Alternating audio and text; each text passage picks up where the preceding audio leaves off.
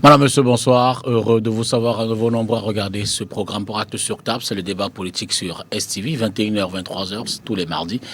4 invités ce soir, un seul thème, dans l'antichambre de la présidentielle de 2025. Nous allons évidemment nous inspirer de l'actualité pour, dans la projection, essayer de voir si tout ce qui se fait sur le plan politique, économique et socio-culturel en ce moment ne sont pas de forme de préparatifs, de combat, sans être péjoratif, pour les élections de 2025, mais davantage élections présidentielles, entre fortune publique et corruption, cohabitation en communauté, bataille au sommet de l'État, vie chère. Qu'espèrent les Camerounais en ce moment? C'est un peu la trame du débat qu'on aura ce soir avec Paul Eyoum. Bonsoir. Bonsoir à Dipta Tango, bonsoir à différents membres du panel, bonsoir à tous mes camarades de parti qui sont en préparation du point de presse qui est annoncé demain, du côté d'un restaurant La Place en fait publicité où le président national de notre parti présentera le projet politique de l'Alliance des forces progressistes. Tous les médias y sont invités, STV notamment. Nous sommes vraiment dans l'antichambre de 2025. Tout à fait. Et tous vos thèmes de ce soir concernent les points qui seront abordés demain.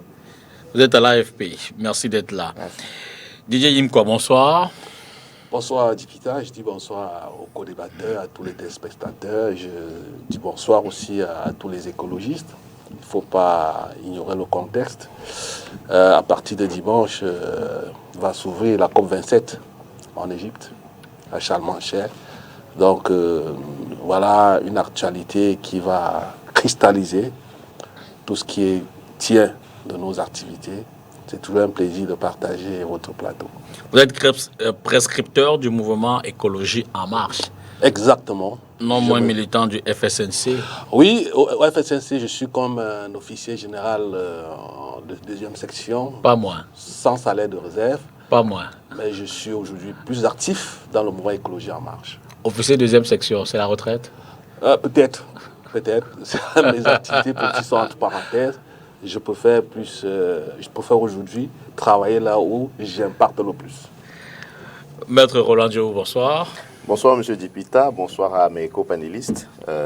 Je suis très heureux de retrouver votre plateau et je suis également heureux de retrouver nos téléspectateurs, vos téléspectateurs.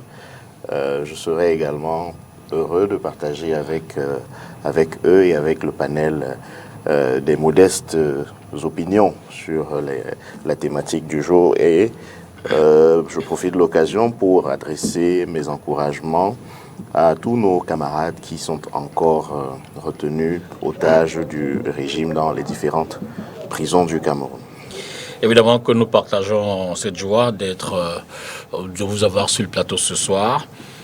Merci infiniment de cette amitié renouvelée. Puis enfin, Maître Georges Tegem, bonsoir. Bonsoir Dipita, bonsoir au panel, bonsoir à vos millions de téléspectateurs, merci de m'accueillir.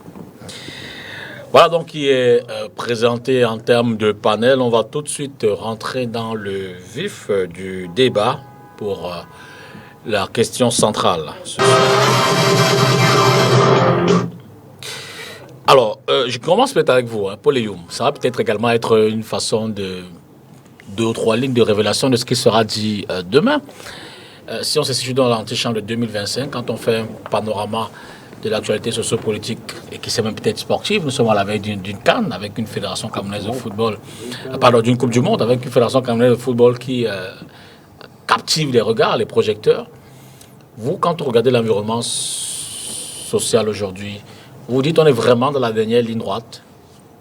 Du point de vue de l'AFP, nous ne sommes pas juste dans la dernière ligne droite de 2025, nous sommes beaucoup plus un carrefour, un tournant historique pour le Cameroun, parce qu'il s'agit notamment, vous savez, nous sommes dans un environnement où de plus en plus, encore un peu plus qu'en 2011, il y a beaucoup plus de personnes qui sont certaines que 2025 sera l'année du départ du président actuel, que ce sera peut-être l'occasion de tourner un nouveau chapitre pour le Cameroun. Donc nous sommes un carrefour. Vous avez évoqué, notamment vous avez parlé de football, mais il y a les crises sociales. Actuellement, vous avez les pénuries. Nous avons eu pour le carburant, nous avons eu pour le gaz récemment, qui continue même encore en cours pour le gaz. Vous avez également les tensions sociales, vous avez les mouvements OTS, etc. Donc, il y a un ensemble de choses dans la société qui ne fonctionnent pas et qui nous amènent à penser au niveau de l'AFP que nous nous trouvons à un carrefour. Et il faudrait que les Camerounais repensent effectivement à un nouveau système qui doit être mis en place parce que le système avec lequel nous gouvernons actuellement, c'est un système que nous avons hérité au départ de ceux dont nous étions sous tutelle, c'est-à-dire la tutelle britannique et la tutelle française. Donc, depuis, nous avons un système qui est en place depuis 60 années qui malheureusement ne produit pas des résultats parce qu'il y a au sein de ce système des métastases. Et même ceux qui viendront après le président Pobia dans les conditions actuelles, ils trouveront les mêmes lois, les mêmes fonctionnaires, les mêmes réflexes, les mêmes systèmes et ça produira les mêmes effets parce que les mêmes causes effectives produisent les mêmes effets. Et c'est pourquoi en AFP, nous pensons que étant à ce carrefour charnière de l'histoire de notre pays et également avec le contexte mondial, vous savez, il y a la crise actuellement, la guerre en Ukraine, qui oppose le bloc occidental au bloc russe, qui a pour allié la Chine et d'autres pays. Et le Cameroun, qui est un pays d'Afrique, doit effectivement trouver sa voie dans ce contexte international et également pouvoir résoudre ces problèmes en interne. Donc pour nous, nous sommes un carrefour où il faut mener une réflexion profonde, plus juste une réflexion de surface, mais une réflexion profonde pour amener des réformes structurelles qui vont pouvoir changer le paradigme de notre pays. Didier, la lecture panoramique de l'actualité actuelle vous donne également de penser que ça se joue déjà serré. Ben, cela va de soi. Il n'y a qu'à voir un certain nombre de frémissements. Il y a des faits qui sont têtus, il y a des nouvelles solidarités qui se naissent, Vous avez par exemple la communauté du Grand Nord de M. Fadil. Vous avez 10 millions de nordistes de votre confrère Guibaï Kaitama. Vous avez la communauté Ekan. Vous avez Bami Pawa. Vous avez par exemple la guerre du Nozo qui rentre dans cette solidarité naissante qui malheureusement se regarde en chien de faïence. Et toutes ces nouvelles solidarités ont pour seul fil conducteur la transition ou l'alternance. Toutes ces solidarités ne parlent que de ça. Est-ce que c'est une mauvaise chose? Je dis non. Est-ce que ces nouvelles solidarités naissent de façon ex nihilo? Je dis non. C'est tout simplement la conséquence du système qui est là depuis, il a si bien dit, depuis 1960, qui est né sur une stratégie bien connue, ce que quelqu'un a appelé la biopolitique. La biopolitique, en fait, c'est un modèle de politique qui fait la part belle aux élites par cooptation, et ces élites ont pour seule mission d'entretenir et de renforcer le pouvoir perpétuel de l'hégémon central. Et l'hégémon central ici, l'hégémon principal ici, c'est Paul Biya.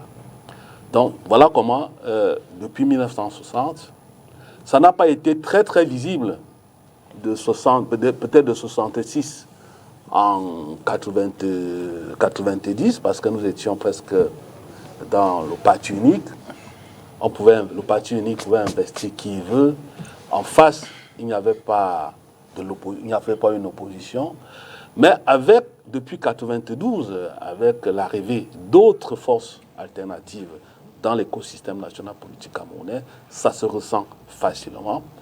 On a passé tout le temps à coopter un certain nombre de personnalités et je peux vous prouver que, allez dans tous les départements, vous verrez que les acteurs, comme dit, les acteurs déterminants, se tapent dessus.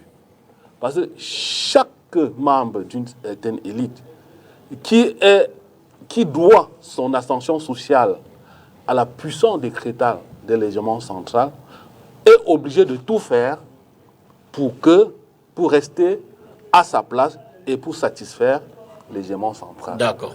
Et ça s'est ressenti par exemple à la dernière élection présidentielle 2018. Le président a été à Marois. il n'a pas fait une campagne, je crois, de 24 heures, tout simplement parce que ceux qui bénéficient de son titre doivent se battre pour lui. Et malheureusement, cette stratégie de cooptation, le biopouvoir, a ceci de mauvais. On promeut les élites, mais en oubliant la le base. territoire, en oubliant la collectivité. Malheureusement, nous en sommes là aujourd'hui. Et cela a duré pendant 40 ans. Il faut dire que le président Biya est un très fin stratège, parce qu'en agissant dans le biopouvoir, il a pu renforcer son pouvoir perpétuel. Et aujourd'hui, on se rend plus compte qu'il sera très très difficile de voir quelqu'un sortir par exemple de son camp pour le challenger. Merci Didier. Parce que tous sont ses créatures, comme disait le professeur Jacques Farmen-Longo. A raison. Merci Didier. Si aujourd'hui, ces solidarités se battent pour contrôler le pouvoir, c'est tout simplement parce qu'ils sont issus d'un système qui est différent de la transition avec le président Aïdjo. Le président Aïdjo est parti de façon sans 10 mots, c'était peut-être brusque, et les gens n'ont pas eu le temps. Vous pourrez davantage développer tout au long de l'émission. Merci Didier. Alors, Maître Djého, avez-vous la même lecture panoramique? On est encore à l'entame de l'émission pour essayer d'avoir chacun des panélistes ce qu'il en pense au regard de la situation sociopolitique actuelle. Moi, je pense que, justement, il n'est pas nécessaire d'avoir fait de grandes études de sciences politiques pour observer une animation qui peut paraître précoce. Exact. Parce que nous sommes quand même simplement en 2022. Mais il y a déjà une certaine animation dans l'écosystème. Et même les déclarations de candidature. Ou alors je ne sais pas, des intentions exprimées. Je ne sais pas exactement à quoi vous faites allusion. Le MRC, si vous précisez, je pourrais le MRC, répondre. par exemple, a dit qu'ils iront à toutes les élections. Le MRC, par la voix de son président national, a d'abord annoncé à Bafoussam qu'il fallait que les Camerounais s'inscrivent massivement sur les listes électorales parce que nous irons aux élections. Absolument. Cela n'a pas semblé être entendu par ceux qui aujourd'hui, justement, s'animent de manière inhabituelle. Parce que on a vu que la frénésie est partie précisément lorsque, à Konsamba, il a dit à nouveau qu'il faut s'inscrire sur les listes électorales de manière massive et surtout que nous irons à toutes les élections. Alors, est-ce que cela est considéré comme une annonce de candidature? Oui, c'est clair. Mais une annonce de candidature de qui? Il faut encore distinguer selon les cas. D'accord. Selon qu'il s'agit, par exemple, des élections municipales, il ne sera pas candidat s'il est candidat. Si le professeur Kamto est candidat, il ne sera pas candidat dans les 360 communes du Cameroun. S'il s'agit des élections législatives, le professeur Maurice Kamto ne sera pas candidat pour les 180 sièges à l'Assemblée nationale. S'il s'agit de l'élection présidentielle, il faut encore attendre d'être investi pour effectivement représenter les couleurs de notre formation politique à cette échéance-là, même si je suis de ceux qui souhaitent que ce soit effectivement lui notre porte-étendard. Cela dit, ce n'est pas encore le moment d'en débattre. Mais ce qui est clair à indiquer, c'est qu'effectivement, nous avons annoncé que nous participerons aux élections à venir, celles de 2025, d'ailleurs, ou avant, parce que nous avons entendu certaines voix prétendre ou bien laisser susurrer que les élections pourraient avoir lieu avant la date annoncée. Donc, pour revenir à ce que je disais en début, c'est qu'effectivement, nous pouvons noter une animation plutôt inhabituelle. Ce qui peut expliquer, je veux dire, l'attitude de ceux qui sont en face de finalement se mettre, je vais utiliser un terme trivial, à pleurer, et à pleurer un peu avant l'heure. Cela peut laisser penser que, précisément, ils pleurent autant parce que, de leur côté, ils ne se sentent peut-être pas prêts, ils ne se sentent peut-être pas, je suis encore dans les suppositions, peut-être pas capables de battre celui-là même qui, depuis 10 ans aujourd'hui, a clairement affiché son ambition, son intention d'être une alternative crédible au régime en place. Et qui se disent qu'ils n'ont pas forcément les mêmes coudée franche pour agir au jour, au vu et au su de tout le monde, pour présenter eux aussi leurs offres politiques aux Camerounais, peut-être parce qu'ils sont, comme M. Guillaume Kouala l'a indiqué, englués dans un système qui pratique l'auto-neutralisation. Peut-être que c'est pour ça qu'ils s'agitent un peu plus que d'habitude et qu'ils deviennent féroces vis-à-vis de tout ce qui peut être considéré dans l'environnement politique comme une alternative crédible. Je prends pour mon compte aussi l'analyse qui a été faite tout à l'heure par M. Eyoum sur le fait que, effectivement, et je crois que cela devrait interpeller notre génération, c'est que 2025 peut se présenter effectivement comme un carrefour, comme un tournant. Et nous devons, en tant que peuple, mais plus encore en tant que génération, parce que je pense que c'est un privilège d'assister dans une vie à ce genre de moment. Nous devons savoir qu'effectivement, il s'agit d'un tournant et prendre toute la place qui est la nôtre en tant que génération, pour reprendre un peu Fanon qui disait que chaque génération découvre sa mission dans une relative opacité, l'accomplit ou la trahit. Savoir que nous avons peut-être un rôle important, primordial même, dirais-je, à jouer dans ce tournant qui arrive et qui fait face à notre pays. Moi, je pense que la place que nous devons occuper, c'est celle d'incarner véritablement un changement profond, un changement qui peut et qui doit profiter à l'ensemble de la communauté nationale, parce que c'est ça le sens de la politique, c'est le sacerdoce des temps modernes. Maître Tegem, sur la même question, une lecture de l'environnement avant, dans cette, c'est pas forcément la dernière ligne droite, on l'a dit, on a un peu plus de 2 ans, ben c'est comme si ça trémousse déjà dans certains états majeurs. Vous faites bien le dire certains. Vous savez, au RDPC, nous avons reçu un mandat. D'accord. Nous avons reçu une mission du service des Camerounais. Ce qui nous intéresse en 2022, c'est de régler les problèmes des Camerounais, c'est d'exécuter notre mandat. Nous avons reçu une procuration, nous avons un devoir de rendre compte. Nous venons d'achever un hôpital général à Garoua. Donc, nous, c'est le service des Camerounais qui nous intéresse. C'est notre priorité. C'est le mandat que nous avons reçu et nous comptons aller au bout. Maintenant, il y en a peut-être qui pense qu'il faut déjà préparer d'autres échéances. En tout cas, le président national du RDPC, que je représente sur ce plateau, Monsieur le Président de la République, a indiqué récemment lors d'un entretien qu'en 2025, il donnera sa position. Je préfère m'en tenir à ce qu'il a dit, parce que c'est quand même le président du RDPC que je représente sur ce plateau, et continuer à dire aux Camerounais que nous sommes à leur service, nous sommes leurs ouvriers, nous sommes là pour les servir, nous sommes au travail, et notre devoir, c'est de leur rendre compte. Et j'ai écouté la plupart des formations politiques sur ce plateau ce soir. Je suis un peu surpris qu'aucun d'entre eux n'ait évoqué les problèmes que les Camerounais vivent au quotidien. Parce que moi, je pense que notre devoir à tous, c'est d'apporter chacun, en ce qui le concerne, sa pierre à la construction de ce beau pays. Nous avons des priorités, et notre principale priorité, je l'ai dit et je ne cesserai jamais de le dire, c'est le service de ce pays. Notre priorité, c'est bâtir un 3e pont sur le Voré. Notre priorité, c'est doter le Cameroun en infrastructure hospitalière, doter le Cameroun en infrastructure routière. Nous sommes déjà même aux infrastructures autoroutières, donc nous continuons à travailler pour améliorer le quotidien des Camerounais. On a refait l'architecture de nombreux quartiers. Nous pensons que c'est comme ça que nous allons continuer à travailler pour, en 2025, pouvoir leur dire, écoutez, le mandat que nous avez confié il y a quelques années, voilà ce que nous en avons fait. Juste une brèche sur l'observation, nous sommes juste dans les préalables de l'émission. Évidemment, dans les déclinaisons, on parlera de la fortune publique et la corruption, on parlera de la cohabitation en communauté, de la bataille au sommet de l'État, de la vie chère, pour savoir si ces articulations-là, justement, concourent à ce qu'on a défini comme étant l'antichambre de la présidentielle de 2025. Mais pour revenir, et là c'est également une question générale, est-ce que dans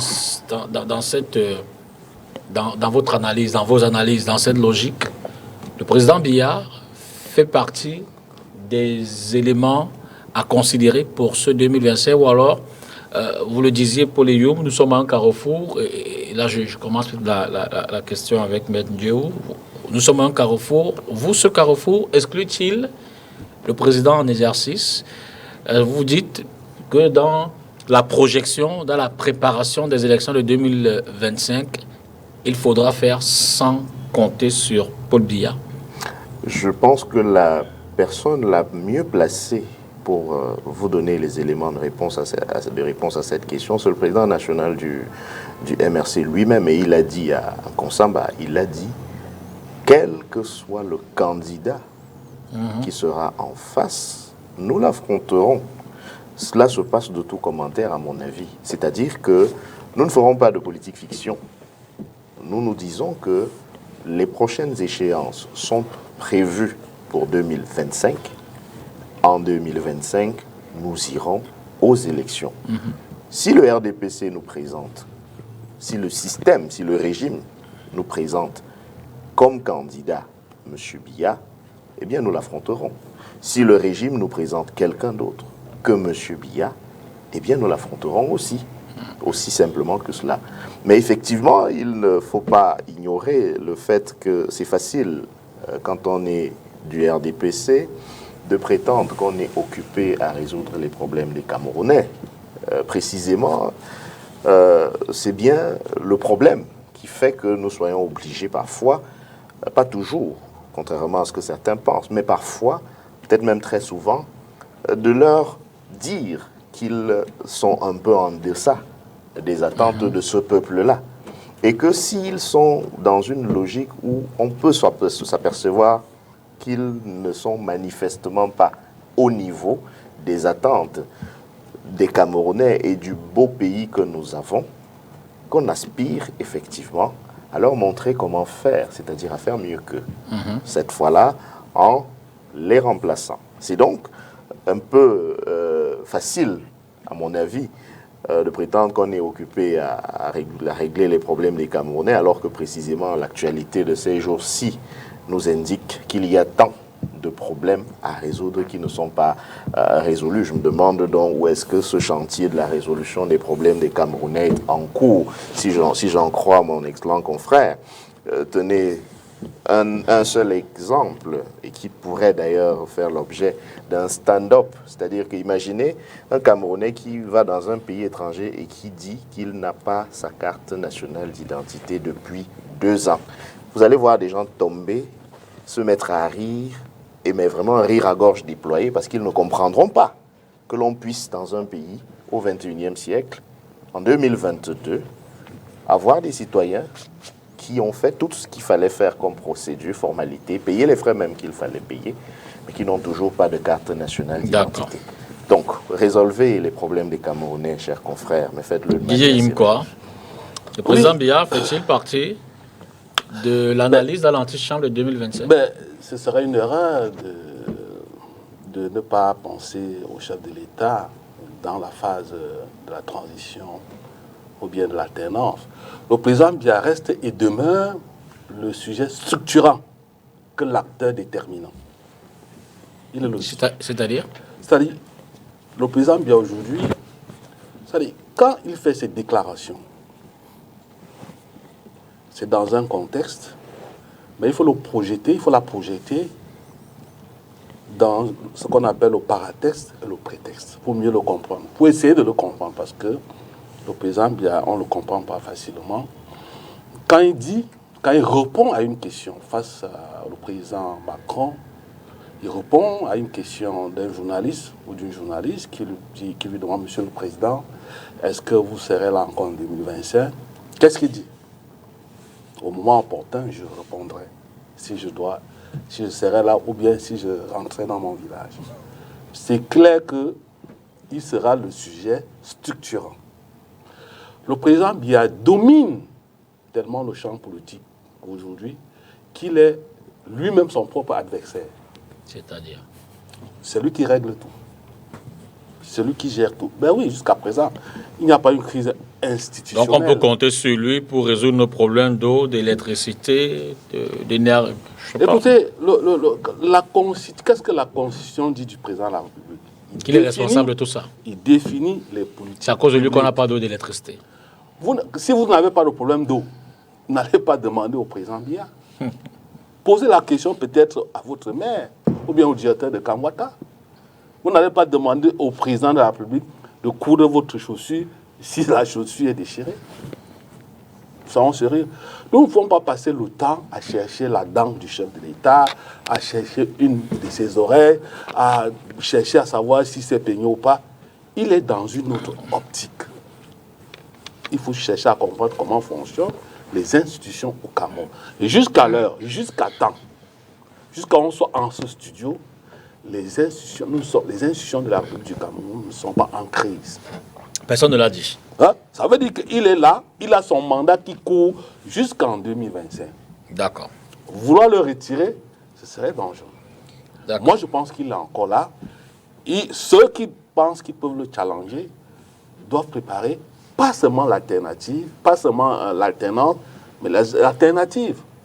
On sait très bien que on ne gagne pas les élections au Cameroun uniquement parce qu'on a un bon programme, mais il faut déjà avoir un bon programme alternatif. D'accord. Paul Eyoum, bien fait-il partie des enjeux de 2025? Oui, déjà, avant de répondre à cette question, j'ai suivi un maître Tegem qui a dit qu'ils ont reçu un mandat et ils pensent qu'ils doivent aller jusqu'au terme de ce mandat. Vous savez, cela montre en fait que les PC n'ont même pas compris l'objectif de la gouvernance. Vous avez Mme Liz Truss, au bout de 44 jours en Grande-Bretagne, qui a démissionné de son poste de Premier ministre. Elle a pourtant reçu un mandat, mais elle a démissionné parce que l'objectif de la gouvernance, c'est d'abord le bien-être des populations. Et lorsqu'on se retrouve confronté à des situations comme celle que traverse le Cameroun actuellement, la démission en fait partie. Donc, si les gens ne conçoivent pas la démission ou pensent que simplement parce qu'on a eu un mandat et qu'on peut jouer pendant 40 ans et on peut rester au pouvoir, c'est être complètement hors sujet de l'objectif de la gouvernance. Maintenant, pour revenir à la question en elle-même, pour nous, à l'AFP, nous pensons que le président Paul Biya fait partie, si ce n'est peut-être même l'élément le plus essentiel de cette plaque tournante en 2025. Pourquoi nous disons? Déjà, premièrement, les États africains font une erreur qui est très grave. C'est que dans nos États africains, même lorsque vous prenez la constitution du Cameroun, il n'y a pas de statut d'ancien chef d'État. Donc, ça veut dire que nous ne créons même pas les conditions pour pouvoir garantir un certain nombre de sécurité politique, sécurité économique et financière pour nos chefs d'État. Vous avez vu ce qui s'est passé au Zimbabwe lorsque le président Mugabe a été contraint à la démission. Si, dans la Constitution, pardon? Le président de la République n'est pas responsable de tous les actes qu'il a posés pendant son mandat. Je parle sous le contrôle de quand je le dis, c'est que au-delà... Laissez que M. Paul Eyoum termine. On aura l'occasion éventuellement de revenir sur les au-delà, questions quand on le dit, par juridiques. exemple, au-delà, vous savez qu'un chef d'État, par exemple, un chef d'État, il a droit à des gardes du corps, à un personnel de maison, à une allocation mensuelle, tout cet ensemble de choses. Et vous savez, par exemple...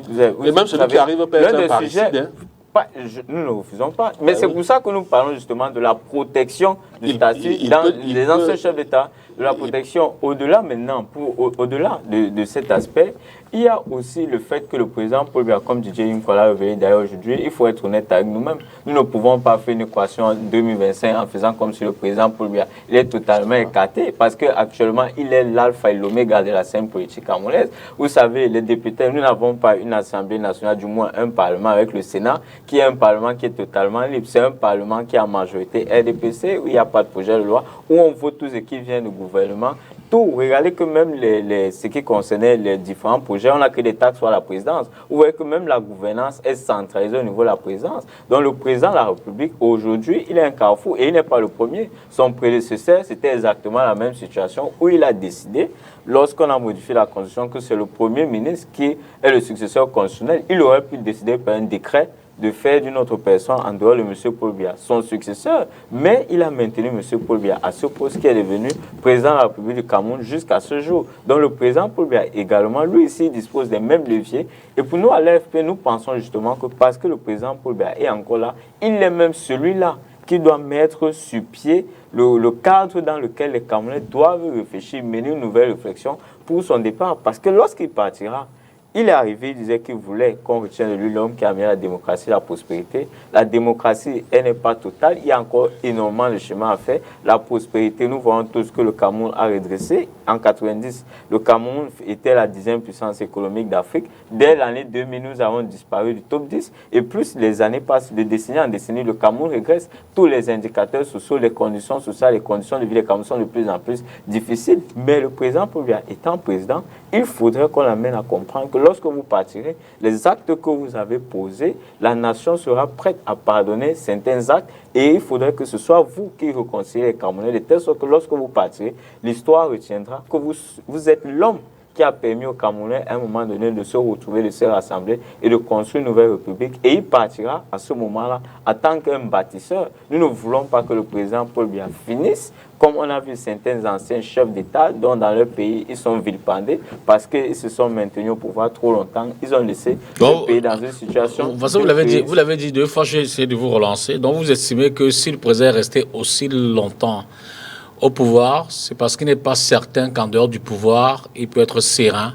Non, là, ce n'est pas uniquement pour le président. J'ai parlé pour le contexte africain de manière générale. Il n'y a pas que le cas du Cameroun. Maintenant, pour le président Paul Biya, vous savez, je l'ai déjà dit ici, même d'autres sont venus dessus, nous avons hérité d'un système.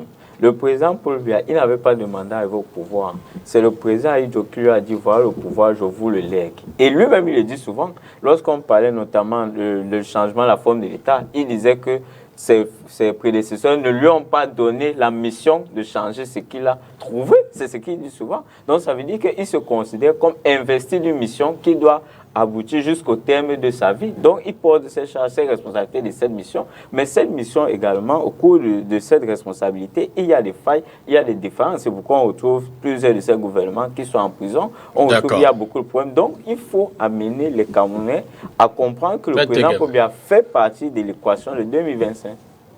Le président Biya fait-il partie des enjeux de 2025? C'était la question de tout à l'heure. Mais il a répondu lui-même qu'il nous donnera son avis en 2025. Ça ne nous empêche pas d'en faire l'analyse. Je pense que ce serait... Écoutez, je ne peux pas répondre de ce que lui il dit. S'il y a une question à lui poser, vous la lui poserez à lui. Encore faudrait-il qu'on ait l'occasion. Mais il y a quelques jours, il y avait une occasion, le 25 juillet dernier, il y a eu l'occasion, il répondait aux journalistes. Vous pouviez être de ceux qui l'interrogeaient à cette occasion. Non, moi je pense que 2025, c'est lointain mais certain. Il l'a dit encore. Et je suis quand même surpris par l'attitude de M. Eyou. Vous voyez, M. Eyou m'a indiqué au début de l'émission que dans quelques jours, ils vont présenter leur programme dans un restaurant de la place. Ça veut dire qu'ils ont centralisé leur programme dans un restaurant de la place. mais ils trouvent que RDPC... Ils vont manger leur programme. Si on centralise... C'est que nous sommes... Bon, en tout cas, ils sont jeunes. Moi, je crois que les jeunes croient souvent qu'ils peuvent tromper les vieux. Le RDPC est beaucoup plus âgé que vous. Et vous avez beaucoup de choses à apprendre de nous, ça c'est certain. Bon, maintenant, sur la CNI, j'ai entendu mon confrère Médio évoquer la CNI. Mes chers confrères, souvenez-vous qu'il y a quelques années au Cameroun, les CNI étaient faites avec les stylos. Vous savez le nombre de faux qu'on a fait avec ces CNI? Si aujourd'hui, c'est informatisé, c'est parce que nous avons travaillé. Ça veut dire que nous avons apporté un plus. Au Cameroun, vous voyez quelqu'un qui ne parlait pas le français, mais il avait le permis de conduire. Parce qu'il allait voir son cousin qui était allé à l'école, il a composé à sa place. Alors, pour le faire, les gens s'asseyaient dans les bureaux et fabriquaient les CNI.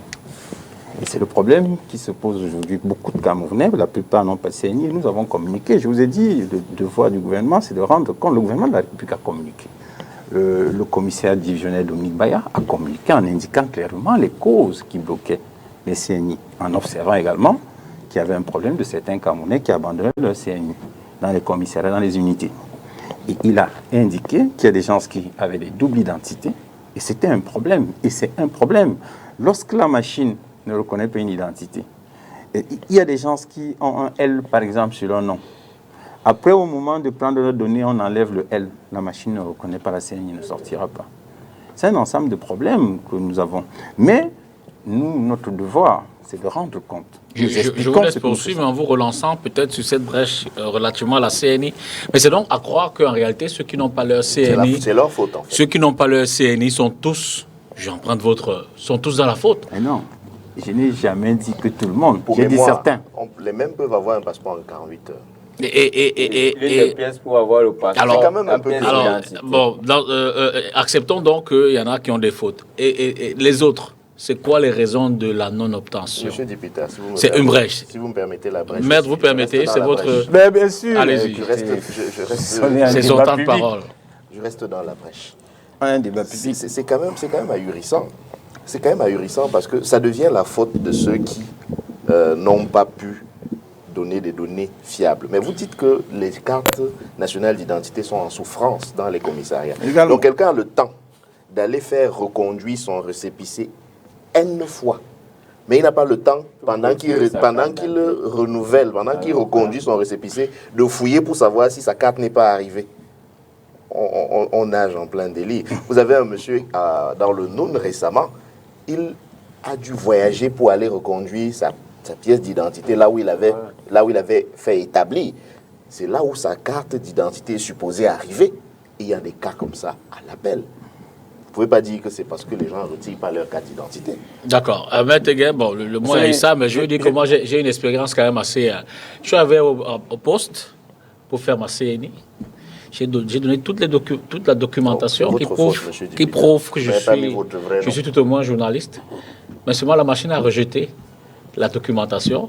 Et je dis ma CNI, c'est sans profession. Vous imaginez bien, pourtant dans le passeport que j'ai, c'est journaliste. Bref, je vous laisse poursuivre. Merci. Mais quand même, je trouve que vous êtes un peu dur, parler de délire. Ben, enfin, je trouve que vous êtes un peu dur. Et je vais revenir sur le sujet. Les gens se confondent un peu les choses. Et je pense que, chers confrères, vous me démentirez tout à l'heure. Les passeports ont commencé quand, chers confrères? Ça fait 1 an? Et après les CNI en tout cas. Donc, si c'est après les CNI, ça fait 1 an. Ça veut dire que personne n'a renouvelé le passeport jusqu'à aujourd'hui.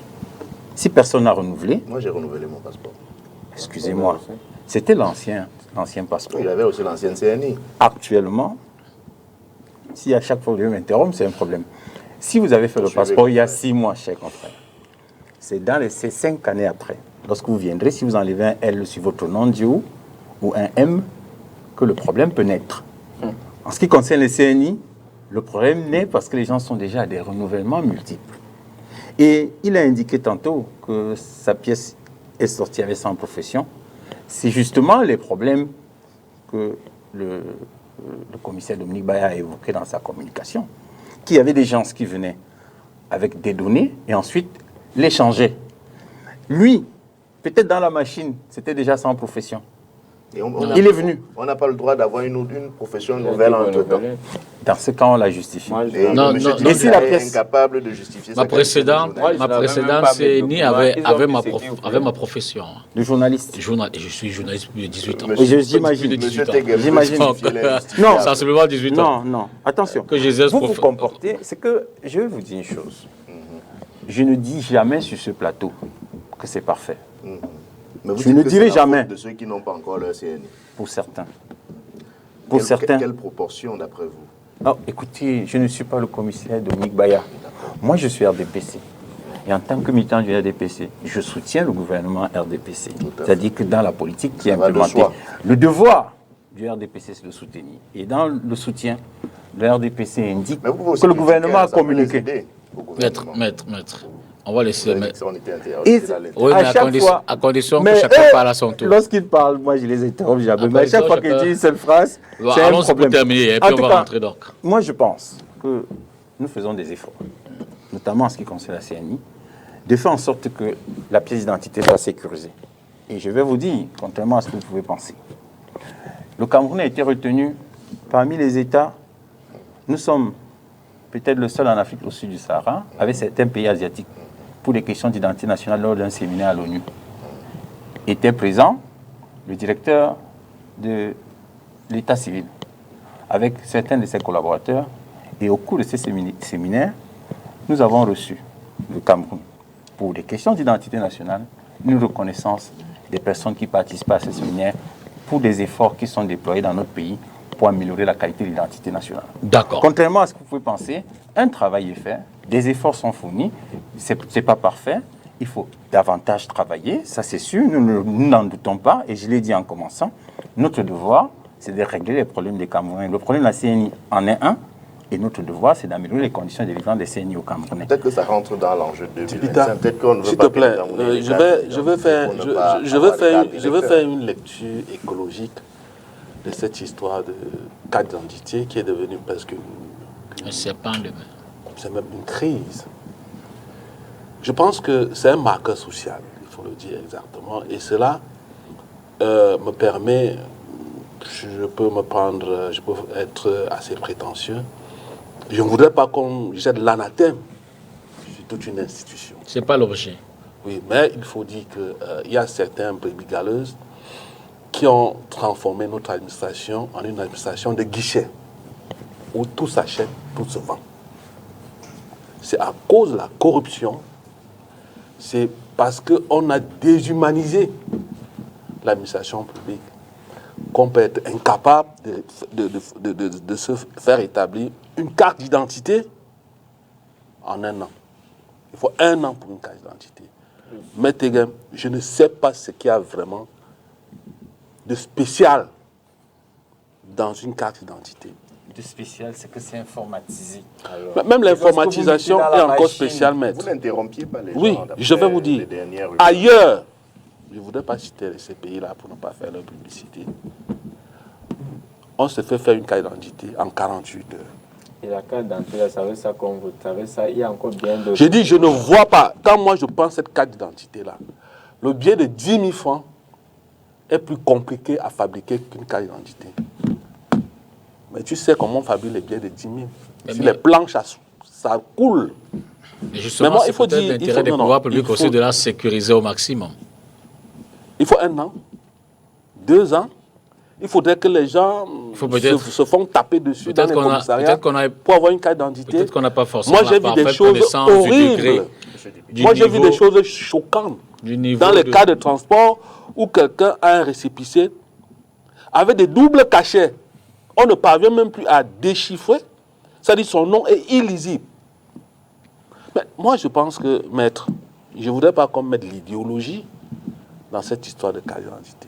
Il faut interroger la mentalité de ceux-là qui ont la charge de fabriquer cette carte d'identité. Si le délégué, si M. Mbagagele, avec tout le respect que j'ai pour lui et pour son âme, nous regarde, nous écoute, vraiment, il doit avoir honte de sa police. Ou bien des brebis galeuses qui ont infesté ce port. En même temps, la police n'est pas appréciée uniquement sur cette histoire. C'est ce que j'ai dit. J'ai dit que je ne voudrais pas qu'on jette l'anathème. Quelqu'un parlait du passeport tout à l'heure. Vous comprenez. Voilà. C'est pour dire qu'il n'y a pas que des... Aujourd'hui, tout le monde est plus que satisfait. Il n'y a pas que des filous. Les conditions dans lesquelles le passeport est... Il n'y a pas que des filous qui composent cette institution. Mais sauf qu'à un moment donné, on a l'impression qu'on laisse faire. Parce qu'il faut choisir, il faut identifier les goulots d'étranglement et puis établir les responsabilités et punir. Le règne de l'impunité doit s'arrêter. Merci. Moi, je voulais rester dans la parenthèse pour dire que j'ai été impressionné par la manière dont les passeports sont désormais établis. Comme je le disais tout à l'heure, très chers confrères, nous critiquons, mais pas toujours. Quand c'est bien, on sait également le reconnaître. Effectivement, vous pouvez avoir votre passeport aujourd'hui en 1 semaine. 48 heures. 48 heures. Oui, pour 48, je n'ai pas eu le mien en 48 heures, je l'ai eu en 1 semaine, mais pour moi, c'était convenable. C'est un délai, pour moi, convenable, raisonnable. Pour le passeport, et pour ceux qui ont le nouveau passeport, ils savent qu'il y a une page, la page des données personnelles, justement, est assimilable à celle de la carte nationale d'identité. C'est d'ailleurs le même type de format. C'est d'ailleurs le même type de papier. Donc, je ne comprends pas et je ne conçois pas que l'on veuille expliquer. Que ce soit, et un autre élément en passant, si la carte nationale d'identité est informatisée, c'est le passeport qui ne l'est pas. Le passeport prend même plus de données biométriques encore, puisqu'on prend vos empreintes digitales sur les 5 doigts. La preuve, c'est que quand vous arrivez à l'aéroport, vous mettez la main entière pour faire identifier vos empreintes. Donc, c'est plus qu'informatiser le passeport. Et si on me dit que c'est plus important, c'est moins bien traité que la carte nationale d'identité, j'ai des sérieuses inquiétudes à partir de ce moment-là. Donc, vous avez un document comme le passeport qu'on réussit quand même à produire dans des délais raisonnables. Et on m'explique que pour ce qui est de la carte nationale d'identité, c'est tellement plus compliqué simplement parce que c'est informatisé. Pour mémoire, la carte nationale d'identité informatisée ne date pas d'hier.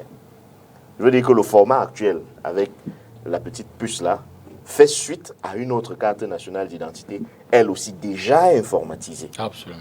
Donc, la logique aurait même voulu que le travail soit plus facile, dès lors qu'on a la précédente carte nationale d'identité. Mais c'est même prévu pour que quelqu'un qui n'a même jamais eu de carte nationale Je d'identité... préfère qu'on revienne au cas d'identité en carton. Oh. C'est même prévu que celui qui n'a jamais eu de carte nationale d'identité puisse se faire établir une carte nationale d'identité, puisqu'on lui demande de produire son acte de naissance, par exemple. Vous avez des établissements bancaires sur la place qui vous délivrent une carte bancaire aussi sécurisée tout au moins que la carte nationale d'identité, mais pas en un an. Vous allez me dire que ce qu'une banque est capable de faire, l'État du Cameroun est incapable de le faire. Non, soyons un peu sérieux. Donc, il y a des questions comme celle-là, très chers confrères, sur lesquelles il vaut mieux éviter d'être, entre guillemets, l'avocat du diable. Parce qu'il me semble que c'est pour le moins difficilement contestable que nous avons un sérieux problème, par exemple, avec l'établissement de la carte nationale d'identité qui prend 24 € au Rwanda, par exemple. Ben voilà. D'accord. Alors, on va essayer donc de séquencer les thématiques telles qu'on les a définies tout à l'heure, s'agissant de la fortune publique et de la corruption. Évidemment, dans l'actualité présente, quand on parle de fortune publique et corruption, on s'intéresse davantage aux lignes 94-65, ces lignes qui sont évidemment logées dans deux ministères en relation avec l'économie, la planification et l'aménagement du territoire, les finances aussi. Et donc, on estime, certains pensent que, vous le savez, il y a un audit qui a été commandé par le président de la République sur la dizaine d'années. Et d'aucuns pensent qu'en réalité, c'est davantage, ça fait partie de ces éléments qui concourent, qui conditionnent, qui c'est peut-être pour éliminer éventuellement certains acteurs des prochaines échéances de 2025. C'est une logique qui peut être, Georges Teghem, comprise. Comme sur le problème de la CNI, je ne serais pas d'accord avec le panel. Parce que, voyez-vous, parce que sur le sujet, j'aimerais quand même apporter quelques précisions. Si vous pouvez faire votre passeport en 48 heures, chers confrères, c'est parce qu'on est encore dans les premiers passeports. Dans les prochains, ceux qui essaieront de faire soit une modification sur leur nom, soit une modification sur la date de naissance, le problème naîtra. Parce que ça se fait en machine. Une fois que la machine ne reconnaît pas les données, la machine les rejette. Moi, je n'ai jamais eu de problème. Ça fait un an, je n'ai pas ma carte d'identité. C'est vous qui le dites. J'aimerais bien savoir si vous n'avez jamais... Votre parole n'est pas... Alors, vous revenez avec insistance sur la carte. Je voudrais simplement indiquer, oui. Je voudrais indiquer qu'il ne faut pas ouvrir de confusion entre les problèmes de CNI et les problèmes de passeport. Parce que sur le passeport, c'est encore nouveau. Et puis, vous établissez des relations entre une institution bancaire et l'État. L'institution bancaire vous délivre la carte de crédit en très peu de temps parce que, effectivement, vos données sont exactes. Mais changez même seulement de CNI. Vous y retournez, vous verrez combien de temps ça prendra. C'est pas le même temps que ça prend. Qu'est-ce qui change? Allez dans les banques, c'est pas qu'est-ce qui change. Allez dans une banque. Le même nom, la même date de naissance. Excusez-moi, Qu'est-ce qui change? allez dans une banque et vous verrez que lorsque vous changez, vous n'avez pas la pièce dans le même délai. Allez-y et Mais vous ça fait reviendrez. pas un an, c'est ça la question. Vous n'avez pas la pièce dans le même délai. On C'est revient ce que donc je sur vous ai la dit. question posée tout à l'heure. S'agissant maintenant de la ligne, La vous avez première évoqué les semaine, problèmes de vous l'avez ligne. en 2 semaines. Vous avez exposé les problèmes de ligne 94 et ligne 65. Pour moi, je pense que c'est un problème pour moi qui est fort banal. Je vous dis pourquoi. C'est qu'au Cameroun, c'est comme si on découvre que l'État accompagnait les opérateurs. Et pourtant, ça se fait au Cameroun depuis la nuit des temps. L'État accompagne. Le crédit foncier, vous croyez que c'est quoi? C'est un accompagnement. Les banques et les PME, c'est quoi? C'est un accompagnement. Le comité de la dette publique, c'est quoi? C'est l'accompagnement. Si vous avez un projet, le projet PIACI, c'est l'accompagnement. PAGRU, l'accompagnement. C'est ce que l'État fait au quotidien. Filets sociaux, l'accompagnement. L'État ne fait que ça au quotidien. Maintenant, il y a des lignes budgétaires. Si vous avez un projet, vous avez les pré-accords des banques. C'est-à-dire que vous avez des accords des banques sur le financement de votre projet en matière agricole, en matière d'élevage, agro-industrie, tout ce que vous voulez. Vous avez l'accord de la banque, vous déposez vos dossiers au comité de la dette publique. On étudie, après on vous donne les financements. L'État l'a toujours fait. Donc pour vous, l'audit commandé n'est qu'une routine? Non. Ce n'est pas parce que l'État le fait toujours qu'il ne peut pas avoir des dérives. C'est tout à fait normal à un moment de commander un audit pour comprendre ce qu'il en est.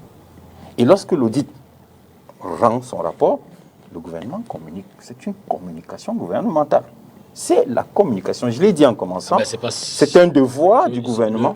On n'a pas été habitué aux communications. On a le rapport Covid qui attend toujours sa. C'est la communication. Comment vous le saviez? Ce n'est pas la communication que vous l'avez su. Le gouvernement au Cameroun communique. Ils ont communiqué sur quoi Comment vous l'avez su? Les conclusions de. On n'a jamais eu les conclusions de. C'était rendu public. Vous ne pouvez pas dire que vous ne l'avez pas eu. On en a parlé même sur ce plateau. D'accord. Ça a été rendu public. Le gouvernement de la République, quand il a des informations, il communique. C'est une communication gouvernementale. On a commandé un rapport d'audit, le destinataire du rapport est là, mais voilà ce que le rapport a à peu près donné. Le gouvernement communique pour, je dis encore une fois, rendre compte, parce qu'en réalité c'est le compte rendu. Et ce compte rendu nous vaut inculpation de personne. C'est-à-dire que en République, en tout cas dans une République normale comme la nôtre, on respecte les droits des gens. Parce que nous sommes pour le renforcement de l'état de droit. Et le premier droit des citoyens, c'est celui de la présomption d'innocence. Donc on ne vient pas, parce qu'on a pondu un rapport d'audit, pour dire qu'il y a peut-être quelques fautes qui ont été décelées, dire qu'il y a une responsabilité quelque part. Non, le gouvernement est dans sa mission. C'est-à-dire, j'ai reçu le mandat, je communique, j'informe les citoyens que le mandat qu'on m'a confié, dans ce domaine, j'ai instruit une enquête, voilà le rapport, et on le remet à la disposition du public. Ben Dieu, simple coïncidence ou véritable volonté d'y voir plus clair dans ce qui se fait. Et évidemment, c'est dans la projection ce serait dans la projection de 2025. Alors, moi, comme je vous l'ai dit tout à l'heure, je ne vais pas m'hasarder à faire de la futurologie. J'observe seulement que il y a plusieurs occasions qui auraient mérité que justement la communication gouvernementale de M. Georges Teguem nous donne quelques éléments. Vous voyez, on parle aujourd'hui de la ligne 94 et de la ligne 65. On parle aussi un peu ces jours-ci de l'affaire de Covid, mais il y a eu aussi les affaires de la Cannes, il y a eu d'autres éléments avant cela. Donc, moi je pense que on a une manière de gérer la fortune publique au Cameroun qui ne rassure pas. Elle ne rassure tellement pas que le sentiment généralisé, c'est que parfois, quand on soulève un lapin, ce n'est pas toujours pour les objectifs qui sont affichés. Et c'est pour ça que les uns et les autres peuvent s'interroger sur l'envers du décor de cette fameuse, de ces fameux audits qui sont commandés. Parce que si on avait pris l'habitude dans ce pays d'être transparent, d'ailleurs, il y a une loi qui a d'ailleurs été votée au Cameroun en complément du régime financier qui intègre dans nos textes l'obligation de transparence de l'État.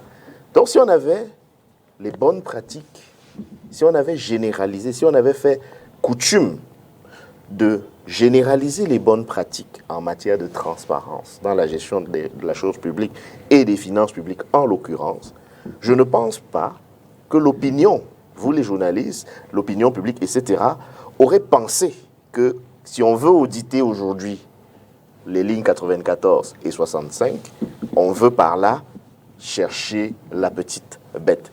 Mais moi je dis que effectivement, je suis d'accord avec Georges Teguem, l'État a toujours accompagné. Mais la question, à mon avis, ne se pose pas à ce niveau-là. La question, c'est celle de savoir, effectivement, ce que mon confrère prétend entend présenter comme probablement des exceptions, c'est-à-dire des simples brebis galeuses, il faut qu'on soit sûr qu'il s'agit de quelques brebis. Or, étant donné, disons, la durée et, disons, les montants qui sont annoncés, on n'a pas l'impression que c'est seulement quelques brebis galeuses qui se seraient engouffrées dans le pot au miel. On a l'impression qu'on risque d'avoir affaire à un scandale d'État. Comme l'affaire du Covid-Gate, qui risque elle aussi d'être un scandale d'État. Et précisément, on a toujours fait mystère de la façon dont les audits, les enquêtes doivent être menées. De sorte que, et je peux paraphraser mon confrère, le destinataire est là. Le moment venu, il fera ce qu'il y a lieu de faire. Il a même indiqué quelque part, et ça m'a semblé assez grave, qu'il s'agit simplement de rendre compte. C'est-à-dire que, en gros, nous, le peuple, on nous informe tout simplement, et puis, circuler, il n'y a rien à regarder. J'aimerais lui rappeler qu'on ne se contente pas de rendre compte à un actionnaire. Parce que l'actionnaire est le propriétaire, ou tout au moins le copropriétaire de l'entreprise. Et à l'échelle de l'État, il faut noter que les citoyens que nous ne sommes ni plus ni moins que des actionnaires de ce pays, les copropriétaires de ce pays. Et que ceux que vous soutenez parce qu'ils nous dirigent aujourd'hui ne sont rien de plus que simplement nos employés. Donc, ils ne peuvent pas nous dire par votre voix qu'à la fin, ils nous informeront pour le plaisir de nos oreilles. Et je voulais simplement finir en disant que je note aussi l'inefficacité de certaines de nos institutions, en l'occurrence le Parlement, qui a, à côté de la mission de légiférer, celle de contrôler l'action du gouvernement, qui d'ailleurs est un contrôle qui peut se faire soit a posteriori, comme c'est le cas quand les actes ont déjà été commis, mais aussi un contrôle a priori.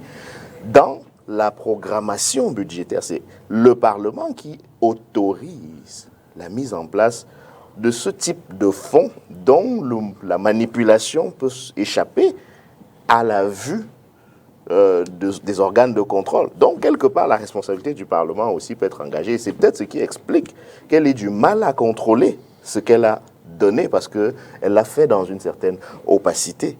Parce qu'on se serait attendu au minimum qu'il y ait des commissions d'enquête parlementaire, même de vos camarades, très cher confrère Georges Teghem.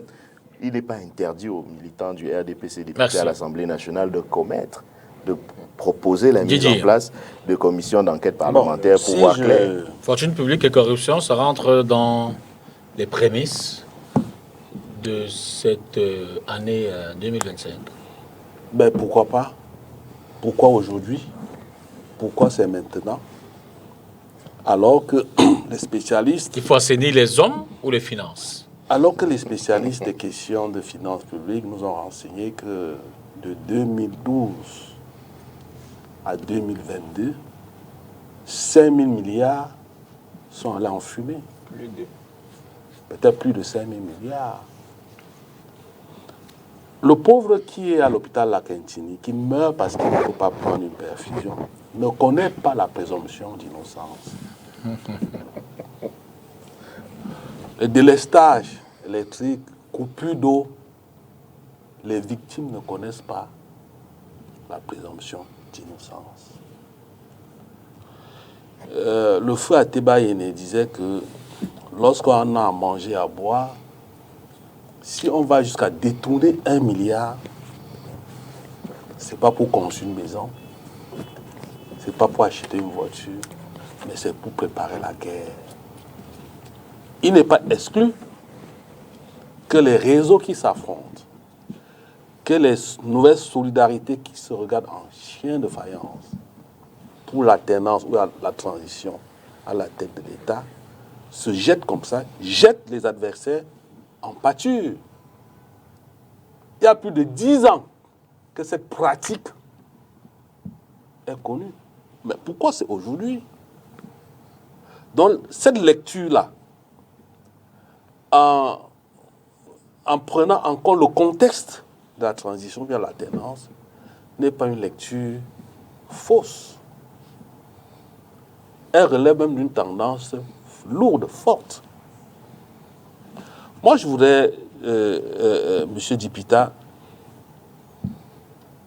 les noms qui circulent, pour la plupart, c'est des gens qui sont issus des familles pauvres, très pauvres, des familles qui ne mangeaient du riz qu'une fois par an, le 1er janvier. Encore que manger du riz n'est pas un signe de richesse. À l'époque, là, Le riz, tu sais ce que c'est que le riz à l'époque. Une fois par an, c'était des familles pauvres. Mais ils sont allés à l'école grâce à l'argent des agriculteurs. Ils sont aujourd'hui à des positions de pouvoir. Il leur manque une seule chose, la solidarité. La culture d'altérité.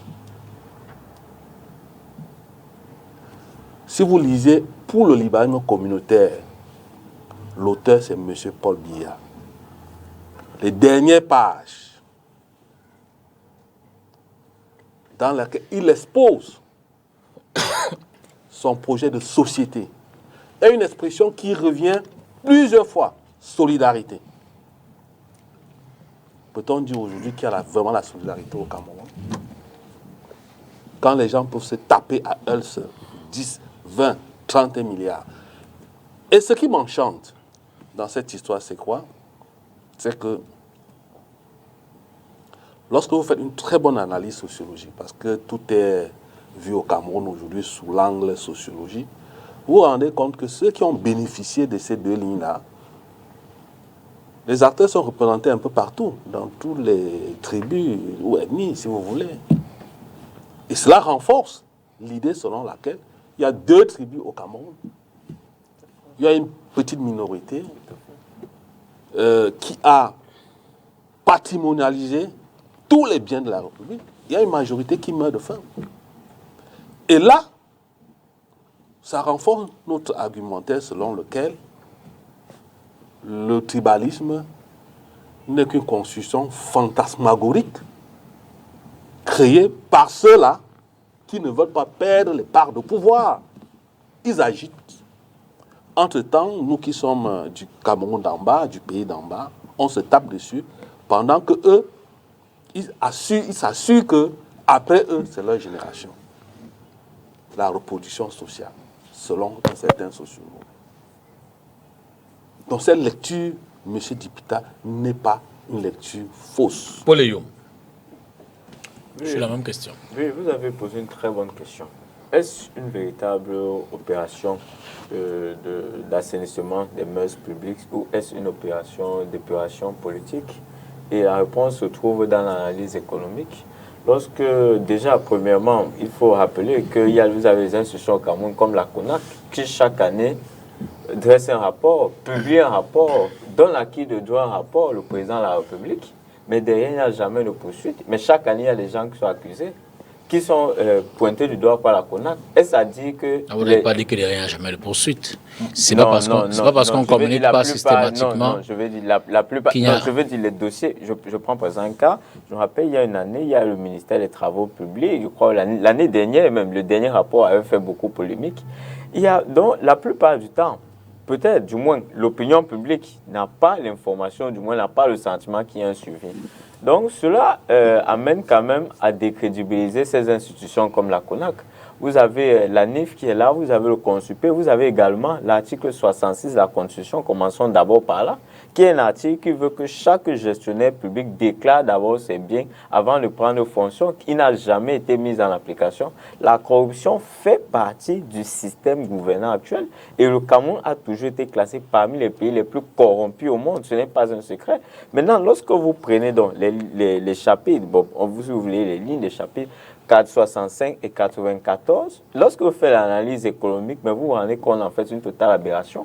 On vient de demander à des gens de venir justifier ce qu'ils ont fait pendant 12 ans. Pendant 12 ans, où étiez-vous? Où étiez-vous pendant 12 ans?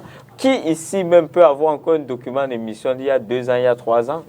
On vous informe là-dedans. Et Maître également dit quelque chose qui n'est d'ailleurs pas faux. Je lui ai dit que le gouvernement a communiqué sur le rapport concernant la Covid, c'est totalement faux. C'est une fuite qui est venue sur les réseaux sociaux. Ils ont d'abord dit que c'était un fake. Après, ils ont dit que c'était un tract. Quand la Chambre des comptes a confirmé cela et a donné son rapport, le gouvernement, le ministre de la Communication est sorti pour dire que pour l'instant, il s'agit que d'un rapport et une présomption d'innocence. Il n'est pas venu communiquer, dire aux Camerounais que voilà. Non, il est juste venu dire que, comme vous voyez, mes collègues ou autres qui sont pointés du doigt, comme vous voyez, ils sont encore innocents. C'est ce qu'il est venu, il n'est pas venu communiquer dessus. Maintenant, lorsque vous regardez, donc, pour revenir sur les lignes 94-65, on nous explique qu'en fait, il y a des fonctionnaires qui vont en mission pendant 600 jours. Je ne sais pas si on a un calendrier martien au Cameroun qui a 600 jours. Que des gens sont en mission pendant 600 jours. Et ce qui est encore plus grave, qui moi m'étonne au Cameroun, c'est que chaque année, vous avez ces institutions qui sont là. Vous avez des ordonnateurs. On vous parle de plus de 1000 fonctionnaires qui sont concernés dans ces ministères. Vous avez des ordonnateurs, c'est-à-dire qu'un individu a un responsable qu'il envoie en mission en sachant qu'il y a un délai, il y a la loi qui dit qu'un fonctionnaire ne peut pas être en mission plus de 100 jours. Que ces individus, lorsque vous partez en mission, vous devez avoir 60% maximum qu'on vous donne de vos frais de mission. Et lorsque vous revenez, vous soumettez votre rapport et tout, après validation, on vous donne les 40%. Mais on vous informe qu'il y a des gens qui prennent 100% et ils font plus de 600 jours. Et ce qui est encore plus grave, qui moi me surprend, c'est que l'audit, il y a d'abord, dans chaque institution, il doit d'abord avoir un audit interne avant d'avoir un audit externe. Et c'est exactement ce qui se passe avec les entreprises publiques qui, moi, me sidèrent en tant que gestionnaire. Où on vient vous dire que tel DG, il y a 5 ans, il y a 10 ans, il a fait tel, tu vas en prison. Mais les administrateurs de cette société ne sont pas concernés. Le commissaire au compte, qui est un expert comptable, c'est-à-dire un cabinet d'expertise comptable, qui a validé n'est pas interviewé. Parce que ce qui se passe en réalité, c'est quoi? C'est que lorsque vous gérez une organisation, au bout d'un an, on fait le bilan, on fait tout. Et même parlant des entreprises publiques, le conseil d'administration siège tous les 3 mois. Et lorsque le conseil d'administration se siège, il y a toujours le rapport financier. Le rapport financier a au moins 3 étapes. Premièrement, on fait l'état des tiers pour voir les créances, les dettes, etc. On fait deuxièmement, on parle de la trésorerie, ce qui concerne la banque et la caisse. Et troisièmement, on joint les opérations comptables qui ont été passées ligne par ligne pour que chacun puisse vérifier tout ce qui a été fait. Des gens sont assis, ils le font. Et on vient vous dire 12 ans après que, comme vous voyez, tout ce qu'ils ont fait là, ce n'était pas ça. Et entre-temps, on ne pointe que du doigt quelques personnes. Soit on prend un DG, on retire. Le PCA, il reste. Les autres administrateurs, il reste. Le commissaire au compte qui a validé le cursus, il reste. Et c'est là où je suis d'accord avec Roland. Parlant de l'État, il faut questionner les députés. Parce que la loi des règlements, chaque année, la loi des règlements, elle est adoptée. Et cette loi des règlements vous dit qu'il y a des gens au sein de la République qui bénéficient de strapontin de milliards. On vous passe cette année à 99% la consommation de l'année 2020. Ça veut dire qu'il y a plus de 565 milliards qui ont été distribués à des individus qu'on ne connaît pas. Ça veut dire qu'il y a d'abord, premièrement, une opacité. On ne sait pas qui c'est. Mais le ministre des Finances a dit que s'il publie la liste, c'est une liste qui est... Est-ce que vous connaissez quelqu'un qui a bénéficié de la ligne 94? On n'a peut-être pas... Non, je dis nous, je parle des Camerounais. Ah, je parle des Camerounais, nous ne connaissons pas. Et même les députés ne connaissent pas. Nous connaissons les députés, ils ne connaissent pas. Et comment pouvez-vous donc valider une loi des règlements où vous voyez qu'il y a plus de 500 milliards chaque année, que des individus dont on ne connaît pas, qui a eu cet argent pour faire quoi? Alors que cet argent, c'est l'argent de l'État du Cameroun qui, justement, devait aller jusqu'à la base pour un processus de décentralisation pour booster le développement local. Mais on découvre que c'est une affaire de petits copains, les petits amis, les militants du RDPC qui vont auprès des ministres. Non, quand il dit non, excusez-moi, je ne suis pas pour faire le moi, je n'ai pas la liste. Je n'ai pas la liste, donc laissez-moi parler de ce que je suppose. Sauf si vous avez la liste, vous la publiez tout de suite et on voit tous les noms. Peut-être que les militants de l'AFN n'en ont pas reçu. Non, voilà, effectivement. Mais moi, ce qui est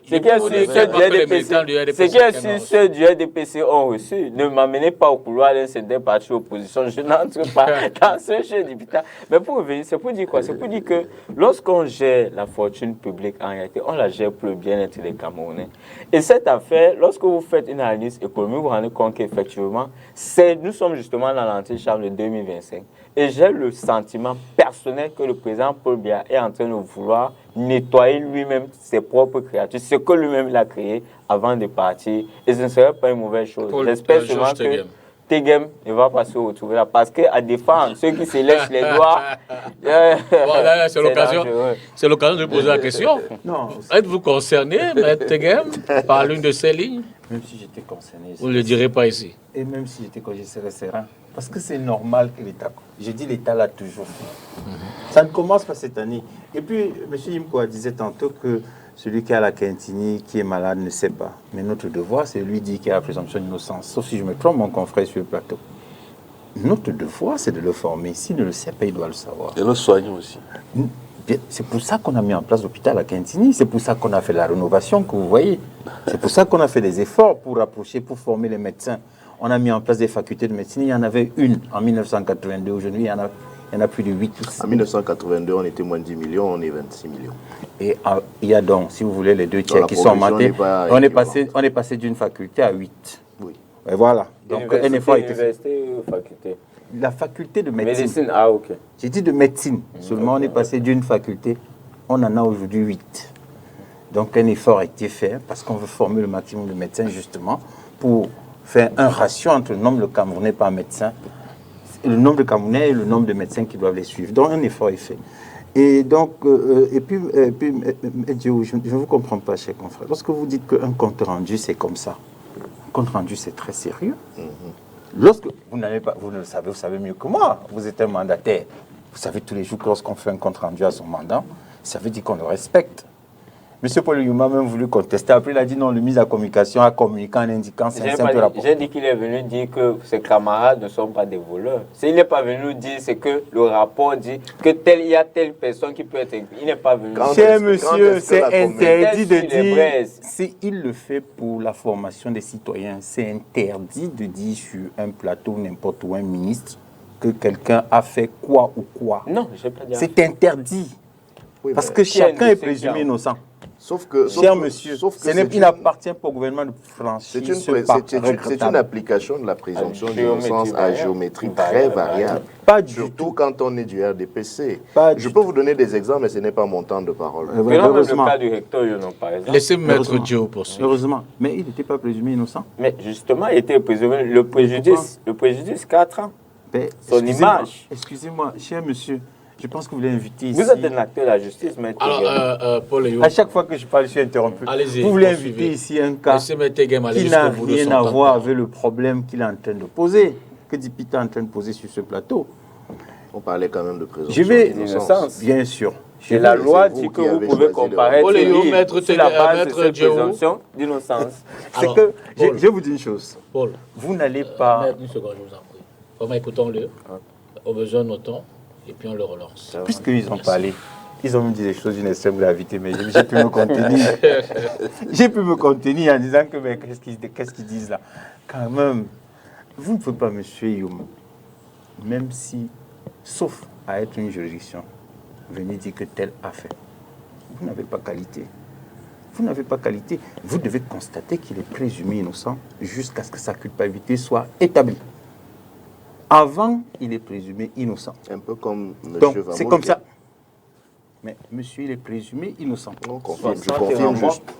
Je confirme juste que ce que vous dites est Si à exact. chaque fois je suis coupé, c'est pas possible. Non, je confirme. Pourquoi vous ne parvenez confrère. même pas à tenir? Je confirme que. Pourquoi vous ne effectivement, parvenez pas à tenir? Moi, je ne comprends Allez-y, pas. poursuivez Moi, pour je- terminer. Excusez-moi, Dipita, il ne faut pas faire croire aux Camerounais qu'au Cameroun, il n'y a pas une volonté politique de lutter contre les détournements. Et puis, monsieur Youm, ne faites pas des affirmations dont vous n'avez pas la certitude. Vous ne pouvez pas dire que les experts comptables ne sont pas poursuivis dans le cas des opérations éperviers. C'est inexact. C'est inexact. Je le dis, je suis avocat, je sais de quoi je parle. C'est inexact de le dire. Il y a des gens qui sont poursuivis. Mais il faut respecter la présomption d'innocence. Et puis, ne vous comportez pas comme si il n'y a jamais eu d'épuration ou alors d'opération pour améliorer la qualité de la gouvernance en matière de gestion de la fortune publique. Il y a même des textes nouveaux qui ont été votés. Et avant les textes, il y a eu un congrès du RDPC où le président de la République a indiqué c'était clairement, quand déjà 2011. Ah, d'accord. a indiqué clairement, Ça faisait longtemps. j'irai jusqu'au bout. Ça n'a pas commencé en 2011. Vous ignorez qu'en 1999, des gens ont été arrêtés au Cameroun parce qu'ils avaient porté atteinte à la fortune publique. Vous ignorez qu'en 2006, ça s'est répété. Vous oubliez qu'il y a eu de nombreuses personnes qui ont été interpellées. Vous faites comme si c'est une opération nouvelle. Non. Simplement, un audit a été commis. Et je le répète et je le redis, il n'est pas question d'opération d'épuration, il est question de communication gouvernementale dans le cadre de l'obligation. Nous avons reçu mandat, je le répète, nous sommes mandatés, nous avons reçu procuration, nous sommes missionnés pour régler les problèmes des Camerounais et lorsque nous travaillons, nous leur rendons compte de ce que nous faisons. Que ce soit sur la pièce d'identité, que ce soit sur le passeport, que ce soit sur les problèmes d'électricité, que ce soit sur les problèmes d'eau. Les Camerounais sont informés au quotidien sur ce que le gouvernement fait pour régler leurs problèmes. L'information, c'est la communication gouvernementale. L'information, c'est expliquer le mandat qui a été confié. Voilà comment nous sommes en train de le mener. Parce que c'est un devoir du gouvernement de la République d'informer les citoyens sur ce qu'il fait au quotidien pour les aider à régler les problèmes quotidiens, les problèmes qu'ils vivent dans leur vie de tous les jours. C'est en réalité de cela qu'il est question. Maintenant, ça n'exclut pas qu'il y ait des gens qui, parfois, abusent de la fortune publique. Et lorsque ces gens se comportent ainsi, écoutez, il y a des mécanismes qui sont prévus par la loi. On a mis en place des institutions spéciales pour lutter contre ceux qui abusent de la fortune publique. C'est un travail qui est fait et ça confirme la volonté politique de mettre fin à des pratiques regrettables que l'on observe quelquefois dans certaines administrations. Parce que ce n'est pas, comme on veut le faire croire, si vous voulez, une opération ou alors une pratique qui est très courante chez nous, non. D'accord. Quelquefois, il y a des gens... On va monter un cran sur un autre sujet, avec, toujours dans le même sujet, mais sur un autre aspect, avec Paul Young. S'agissant de la cohabitation en communauté, je vais dire qu'on a le sentiment, ou du moins certains laissent croire, qu'il y a comme ce relent de repli identitaire qui s'apparente, qui c'est peut-être... D'aucuns estiment que ce sont des manipulations politiques, justement dans la perspective d'un repositionnement en vue d'être mieux porté par des communautés dans la perspective de 2025. Oui, déjà, je suis très surpris que Maître Trigam nous apprenne ici sur ce plateau qu'en dehors des directeurs généraux qui sont souvent pointés du doigt, il y a aussi des cabinets, bref, du moins des commissions aux comptes qui sont aussi interpellés par la justice, mais on n'entend jamais, ni pour les PCA. Lorsque le DG lui l'implique, on n'entend jamais que le PCA, même entreprise, est dans le SADRA, sauf si le choix, c'est de vilipender ces anciens directeurs généraux. Peut-être c'est un choix stratégique. Non, il n'est pas la gestion stratégique. Non, je n'ai pas dit qu'il est dans la gestion stratégique, mais il est quand même un organe de surveillance. Ça veut dire que également lui aussi peut être interpellé. Pourquoi vous n'avez pas vu ces failles? Il y a des PCA qui ont été... Non, je ne dis pas non. Je dis, comme vous le dites, je dis donc, ça veut dire que vous choisissez en fait de jeter CNT à la verdict populaire et ne pas jeter les autres. C'est une parenthèse. Non, c'est une parenthèse. C'est un choix d'information. C'est une parenthèse. Maintenant, pour arriver à la cohabitation en communauté, vous savez, le Cameroun, j'ai la chance, par exemple, d'utiliser une application où nous sommes de plusieurs nationalités dans le monde, les Indiens, Pakistanais, Français, Américains, Suisses, tout ça. Et l'une des choses que je remarque, c'est que le Cameroun est même peut-être le pays qui a le plus de diversité culturelle, ethnique, linguistique, etc. au monde. Parce que la plupart des pays, vous prenez par exemple comme un pays comme la Suisse, on va dire une Suisse italienne, il y a une Suisse française, il y a une Suisse allemande. Mais au Cameroun, on va vous parler de plusieurs grands groupes dans lesquels on a encore des ethnies. Et le mot communauté, ici chez nous, généralement, lorsqu'on parle de communauté, il y a plusieurs types de communautés, mais ici, ça renvoie chez nous beaucoup plus à l'aspect ethnique et la tribu. Et ce qu'on constate malheureusement au Cameroun, et Oumiobe le disait déjà à l'époque, à son époque, il disait déjà la chose la plus dangereuse en politique, c'est la manipulation des communautés. Oumiobe, à son époque, le disait déjà. Et on constate aujourd'hui par le mécanisme de l'élite comprador, la reproduction de l'élite par le régime qui est en place, où vous voyez qu'on renvoie chacun dans sa localité à la campagne et on dit aux populations, comme en campagne présidentielle 2018, ne regardez pas le président Paul Biya, regardez que moi, si vous ne votez pas le président Paul Biya, je n'aurai plus mon poste. Or, celui qui le leur dit, il n'est pas l'acteur du développement local qu'on attend au niveau de la décentralisation. Lui, il est le monsieur qui est assis à Yaoundé, qui amasse de l'argent, qui s'en met plein les poches pendant que les populations souffrent. Et qu'est-ce qu'il fait lorsqu'il est en difficulté? Lorsqu'il y a une nouvelle proposition, il met le spectre de l'inconnu où il dit que cet individu, il n'est pas des nôtres, il vient avec de telles mauvaises intentions. Moi, pendant la campagne de 2018, il y a eu des endroits où j'ai suivi des gens, des militants du RDPC, ici même à Akwa. tenu un discours où il disait qu'il y avait un candidat à l'élection présidentielle, qu'il ne fallait pas le voter. Ils ont passé le temps à dire qu'il ne fallait pas le voter parce que, évoquant un des aspects, sa communauté. Mais il ne dit aucunement pourquoi il faut voter le candidat du RDPC. Ça veut dire qu'en fait, nous sommes devenus dans une logique où, au lieu d'être dans la proposition du programme de construction de la République, des gens se servent de la fibre tribale, soit pour en bénéficier, soit pour jeter dans la thème du d'autre. Vous savez que l'expression d'un ministre de la République, que le Sud est le socle granitique du RDPC, a été très mal interprétée, parce qu'au sein de l'opinion, on a vraiment le sentiment que vous avez une région comme le Sud, comme c'est la région natale du président de la République, qui paradoxalement est l'une des régions les plus enclavées, si ce n'est la première, la deuxième, derrière l'Est la plus enclavée, derrière l'Est-Nord. Donc c'est un véritable problème dans notre société qu'il faut penser également à résoudre de manière pérenne. Cohabitation en communauté, repli identitaire, bataille entre... Est-ce de la simple manipulation politique ou alors c'est définitivement une stratégie? Il y a un fait chez nous. Le vote est d'abord communautaire. Comment cela? Vous votez pour votre communauté? Le vote est d'abord communautaire. Et il y a une vérité. C'est le fruit d'une étude, d'une analyse. On a des références. Lui, il a parlé, par exemple, c'est l'autre, je crois que c'est le professeur Jaffa Mandongo. Il a dit que le centre-sud-est sont le socle granitique. Il est allé plus loin, il a parlé de quoi imprenable, quelque chose comme ça. Bastion imprenable. Le bastion imprenable, merci maître. Donc le vote est d'abord essentiellement communautaire. Mais ensuite, c'est communautaire parce que lui, il a dit. Non, c'est des exemples. C'est des exemples. C'est des exemples. Parce que je me refuse de faire du fétichisme. Je fais mes analyses à partir des faits qui sont vérifiables. Et puis, quand vous prenez par exemple les partis politiques au Cameroun, c'est une vérité de la palisse. Tous les partis politiques au Cameroun ont d'abord un ancrage ethno-tribal, qui soit celui du président national ou du fondateur. Sauf l'AFP, merci. Tous les partis. Tous les partis. Sauf l'AFP. Tous les partis. La preuve, c'est que même l'UPC, qui à un moment donné portait l'espoir du Cameroun, aujourd'hui est bassalisé. Mais reconnais d'abord que l'AFP n'est pas lancé Régis, Didier. On va y arriver. Ok, merci. On va y arriver. Mais je sais que si nous avons 258 ethnies au Cameroun, nous avons plus de 300 partis politiques. Donc on a plus d'entrepreneurs politiques aujourd'hui que des militants politiques. Vous comprenez? C'est des faits. Comment on peut expliquer cela? Lui, il est allé jusqu'à Oumniobé, mais moi, je placerai le curseur d'histoire autour des années 90. On a eu des batailles politiques, électorales au Cameroun.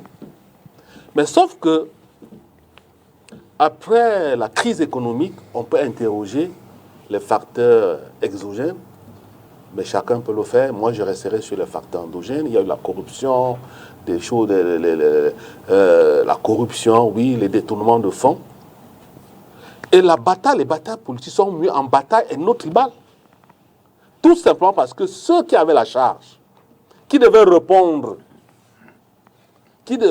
à ces différents échecs économiques, ou bien des choix de politique publique, je ne sais pas quoi, hasardeux, ont préféré jouer la corde de la fibre tribale. Tout à fait. Là où il n'y a pas de problème, ils opposent, ils créent des antagonismes. Là où il n'y a pas de problème, ils suscitent les divisions. Vous voulez que je cite? Je peux vous inviter à lire l'ouvrage de l'ancien gouverneur, Mahamat. Vous lisez cet ouvrage. Il y en a plusieurs comme ça. Des gens ont écrit. Vous comprenez? Donc, c'est quelque chose, c'est un construit politique.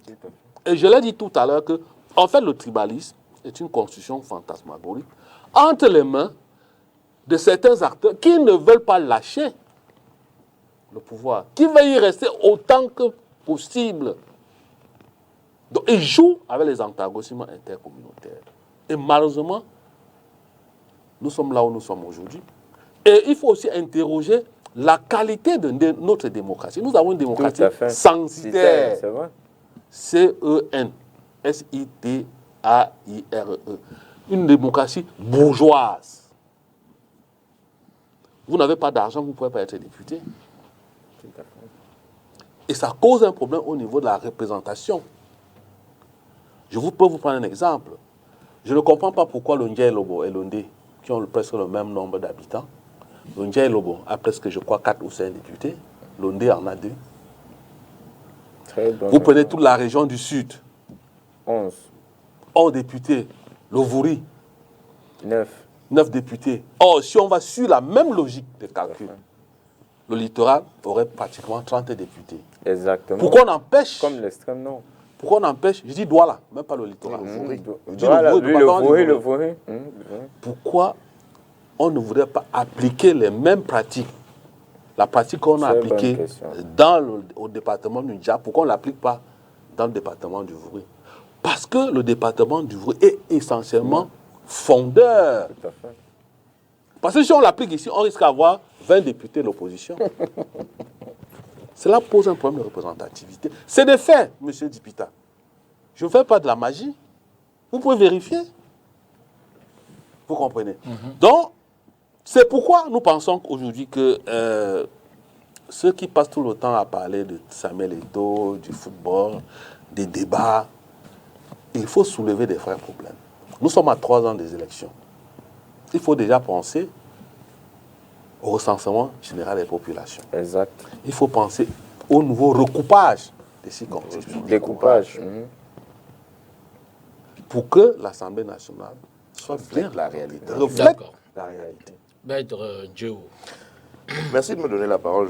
Je commencerai d'abord par là où M. Yimkwa a terminé son propos pour dire que c'est d'autant plus absurde que si on pouvait, même si c'est difficile à soutenir, mais si on pouvait admettre que la surreprésentation de certaines circonscriptions puisse participer de l'idée d'une sorte, disons, d'équilibre national, cela n'est plus pertinent aujourd'hui dès lors qu'on a le Sénat qui représente les régions de manière équitable.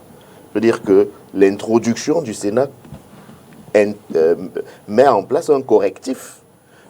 Ailleurs, on dit, songez que l'Assemblée nationale était la seule chambre représentant le peuple camerounais.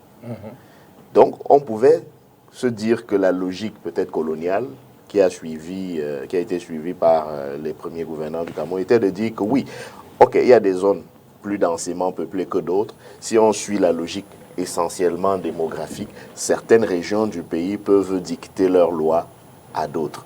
Mais dès lors qu'on introduit le Sénat, où chaque région a strictement 10 sénateurs, peu importe son poids démographique, on ne peut donc plus concevoir qu'il y ait ces surreprésentations à certains endroits. Et donc, je suis d'accord avec M. Yimkwa, l'un des enjeux importants de la future élection, des futures élections, ce serait effectivement que l'on puisse avoir un redécoupage des circonscriptions beaucoup plus proches, et même, pourquoi pas, une révision du nombre des députés, puisque cela est possible, pour tenir compte de l'évolution de la population, de l'évolution de la démographie. Peut-être même aller même plus loin et revoir le mode de scrutin, en tout cas pour ce qui est des élections locales, parce qu'il ne ferait de mal à personne que, par exemple, au niveau des communes, que le mode de scrutin soit de manière à permettre que les différents courants existants dans une commune puissent être effectivement représentés au conseil municipal, quitte à ce que la désignation de l'exécutif municipal puisse obéir à un mode de scrutin beaucoup plus majoritaire, mais au moins que le conseil puisse effectivement refléter la véritable nature de la commune. Pourquoi même pas envisager la création de communes nouvelles? On parle de décentralisation. Je n'ai jamais compris pourquoi on a voulu qu'il y ait absolument une commune par arrondissement. Il y a des arrondissements vastes comme tout qui peuvent parfaitement permettre que l'on envisage 1, 2, 3, 4, 5, plusieurs communes dans ces arrondissements-là. Donc, je ne vois pas pourquoi on se limite aujourd'hui à avoir une seule commune par arrondissement. Ça, c'est sur l'aspect, on va dire, des sièges et des élections. Je voulais également aborder une autre question qui a été peut-être traitée tout à l'heure rapidement. par mon confrère Georges Teguet, mais je ne vais pas m'attarder beaucoup là-dessus, rassurez-vous. C'est sur la question de la présomption d'innocence. Je voulais vraiment marteler que quand on est du RDPC, et c'est un peu affligeant d'observer que quand on est du RDPC, on a une approche à géométrie très variable Sur la présomption de la présomption d'innocence. Parce que si je décide de parler de nos camarades, on dira que je plaide pour ma chapelle, même si ce n'est pas un péché. Où était la présomption d'innocence d'Olivier Bibo-Nissac quand il a été pris chez lui et conduit, on ne sait où dans les premiers temps avant d'échouer au secrétariat d'État à la Défense et plus tard à la prison centrale de Kondengui. Mais ça, c'est ma chapelle.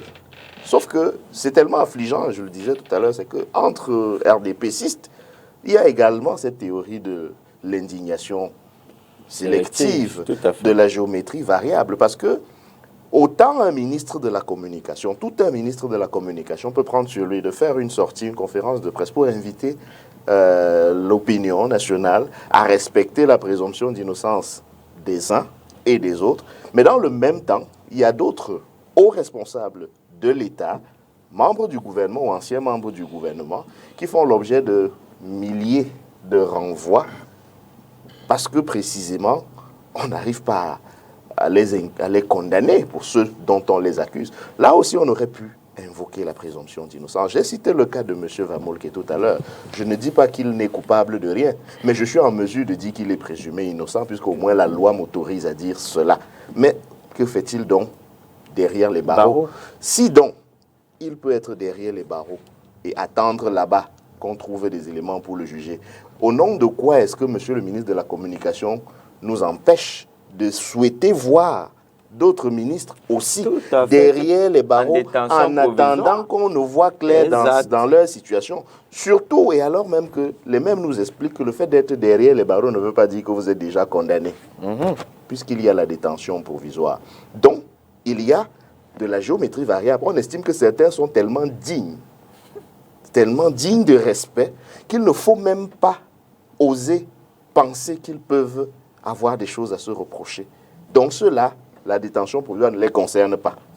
Mais d'autres, qui tout de suite, pour avoir pensé, sont embastillés. Et donc, je serais très amusé de voir comment le RDPC s'en sort dans les méandres de cette manière d'expliquer les choses aux Camerounais dans une république. Nous avons appris qu'elle est exemplaire. Elle est normale aujourd'hui, mais d'habitude, je crois que c'est une république exemplaire en construction qui nous est présentée. Maintenant, pour revenir à la question, vous parlez de la cohabitation, globalement, vous parlez de la cohabitation des communautés. Moi, ce que je voudrais marteler, c'est que, en gros, je suis intimement convaincu, M. Dipita, qu'il n'y a pas de problème de communauté dans notre pays. Il y a une instrumentalisation politique, je dirais même politicienne, du fait communautaire aux fins de perpétuation du régime en place. C'est tellement visible qu'en général, vous verrez ces pics de tribalisme ou de tribalisation monter à l'approche des grandes échéances. Et comme nous parlions en début d'émission de l'échéance de 2025 qui serait déjà à nos portes, il est possible effectivement que l'actualité des jours à venir laisse voir une certaine montée, encore une fois, de ce qui est en réalité une simple instrumentalisation. Faisons un vox pop, M. Dipita. Entrons dans les quartiers. Nous vivons, avant de venir à cette émission, nous sortons des quartiers. Dites-moi, est-ce qu'il vous est arrivé un jour d'avoir un problème avec un voisin ou un proche à cause de votre origine? En général, on commence à se demander d'où vous êtes lorsqu'il y a, et l'analyse économique ne me démentirait pas, quelque chose à partager. Tout à fait. Donc, pour le dire comme on le dit trivialement au quartier, il n'y a pas de problème de vivre ensemble, il y a un problème de manger ou de partager ensemble. Et c'est à partir du moment où on est en face des ressources rares dont dispose en général l'État que la redistribution laisse entrevoir des critères qui ne sont pas toujours objectif. Et les fonctions politiques, elles aussi n'échappent pas à cette logique. C'est pour ça que M. Yimko a parlé tout à l'heure d'une société d'élite qui est justement une sorte d'élite, mais plus de clientélisme qu'autre chose. C'est-à-dire que le pouvoir central s'est toujours organisé à avoir une clientèle politique communautairement colorée. Mais le revers, c'est que, et M. Yimko ne s'est peut-être pas rendu compte de cela quand il faisait son analyse tout à l'heure, le revers, c'est qu'il y a une démarche, il y a une stratégie qui est à l'œuvre, qui vise à présenter systématiquement ceux qui ne sont pas du pouvoir et du régime comme régionalement ou communautairement orientés. Ce qui n'est pas forcément vrai. Monsieur Eyoum disait tout à l'heure, il a dit avec insistance, il vous invitait à confirmer que le parti politique auquel il appartient n'est pas un parti politique régionalement ou communautairement marqué. Mais c'est également vrai pour plusieurs partis politiques au Cameroun. Sauf que le discours ambiant, le discours dominant tend à cantonner. Je ne nie pas le fait que, comme partout dans le monde, il y a des bastions. Cela n'est pas du tout remis en question. Mais le problème au Cameroun, c'est que, quand bien même on admettrait la théorie des bastions, on tend à faire croire que les partis politiques au Cameroun, et notamment les partis de l'opposition, ne se définissent que par rapport à ces bastions-là. Et donc, on présente par là le RDPC comme le seul parti qui aurait une vocation nationale. Alors qu'en réalité, c'est un parti plus administratif qu'autre chose, qui profite de l'appui de l'État. Parce qu'en gros, c'est un parti qui ne vit pas sans l'État. Là où il y a l'administration, il y a le RDPC. Et je note l'attentisme avec lequel Maître Tegem vous a sagement écouté, sans jamais vous interrompre. Et je vous invite au même exercice. On en est parfaitement capable. Soyez-en rassurés, M. Dipita. Merci, Dipita. Tu vois, je n'ai même pas commencé. Tu as dit. On ne peut pas dire que je l'ai interrompu, il n'avait pas commencé. Mais, confrère. Tu n'avais pas commencé, confrère, donc je ne t'ai pas interrompu. Mais là, je me tais, je te laisse parler. C'est la confraternité. C'est sans la confraternité. Il faut dire que tu as une appréciation de la présomption d'innocence. Je pense que sans la confraternité, je t'aurais répondu. Réponds, confrère. C'est pour éduquer les Camerounais. Bibou Nissak est présumé innocent jusqu'à ce qu'une condamnation soit prononcée. Mais tu dis que sa géométrie variable, alors que lui aussi bénéficie de la présomption d'innocence, comme toutes les personnes qui n'ont pas été définitivement jugées. C'est cela la présomption d'innocence. Et c'est ce que nous défendons. C'est ce que M. le ministre de la Communication défend. Lorsqu'il dit, c'est un rapport, mais cela ne signifie pas que ces personnes... Mais moi, je peux me permettre de vous relancer, puisque je suis modérateur. Alors, je pense que ce que M. Diou, je lui donne pas la parole pour préciser, voulait dire, c'était qu'il y en a qui bénéficient de la présomption d'innocence, mais sont maintenus dans les prisons, et ceux qui, manifestement, sont également dans les procédures judiciaires, mais en dehors des prisons. Mais je pense que c'est la nuance qu'il voulait apporter. Excusez-moi, vous savez qui décide de l'opportunité des poursuites? C'est monsieur le procureur de la République. Quand c'est monsieur le procureur de la République qui décide de l'opportunité, c'est lui qui juge l'opportunité. Il comprend ce que je veux dire. Et justement, dans ce jugement, Menjo conclut que c'est donc à géométrie variable. C'est ce qu'on appelle... La loi le permet, on le dit. C'est ce qu'on appelle le pouvoir d'opportunité des poursuites. Je vous laisse poursuivre. Et à partir du moment où c'est le pouvoir d'opportunité des poursuites de monsieur le procureur de la République... On observe. Non, on n'observe pas. On dit à ceux qui nous écoutent que c'est son pouvoir d'opportunité. On donne ça à l'examen, les gens échouent. Le pouvoir d'opportunité, là, allez dire à deuxième année de droit, vous dites l'opportunité des poursuites. Après, vous allez au Babia voir les notes. Parce que justement, si on enseigne, c'est parce que c'est compliqué à comprendre. Et si les gens n'ont pas les notes, c'est parce que c'est compliqué à écrire et à avoir la note. Donc, c'est pas un truc aussi, c'est pas un exercice, c'est pourquoi, et parce que justement, quand on est sur les plateaux, et je vous assure, Dipita, vous allez trouver des étudiants, on dit le pouvoir d'opportunité des poursuites. Je vous assure, ils vont vous dire, mettez ça, je le dis, en deuxième année de droit, vous attendez les notes au Babia. Vous serez surpris. Parce que c'est pas facile. Donc, et puis, mon confrère, c'est pourquoi j'ai dit, bon, c'est mon confrère, il devait même m'accompagner dans l'œuvre que lui et moi, nous avons de former ceux qui nous écoutent. dans ces disciplines-là. Donc, moi, je pense que Vous sur ce sujet... n'empêcherez donc pas sur la lecture politique Non, non. que ceux qui nous regardent estiment que le pouvoir La lecture d'opportunité... La lecture politique, c'est autre chose. Il y a des thèmes sur lesquels il n'y a pas de lecture politique parce que ce soit le MRC au pouvoir, que ce soit l'AFP, que ce soit le mouvement écologiste en marche, il y aura le principe d'opportunité de poursuite. Ce n'est pas une création camerounaise. D'accord. Sur les questions Ça de s'étudie partout. cohabitation... Maintenant, sur les questions de cohabitation entre les communautés, j'ai tout entendu.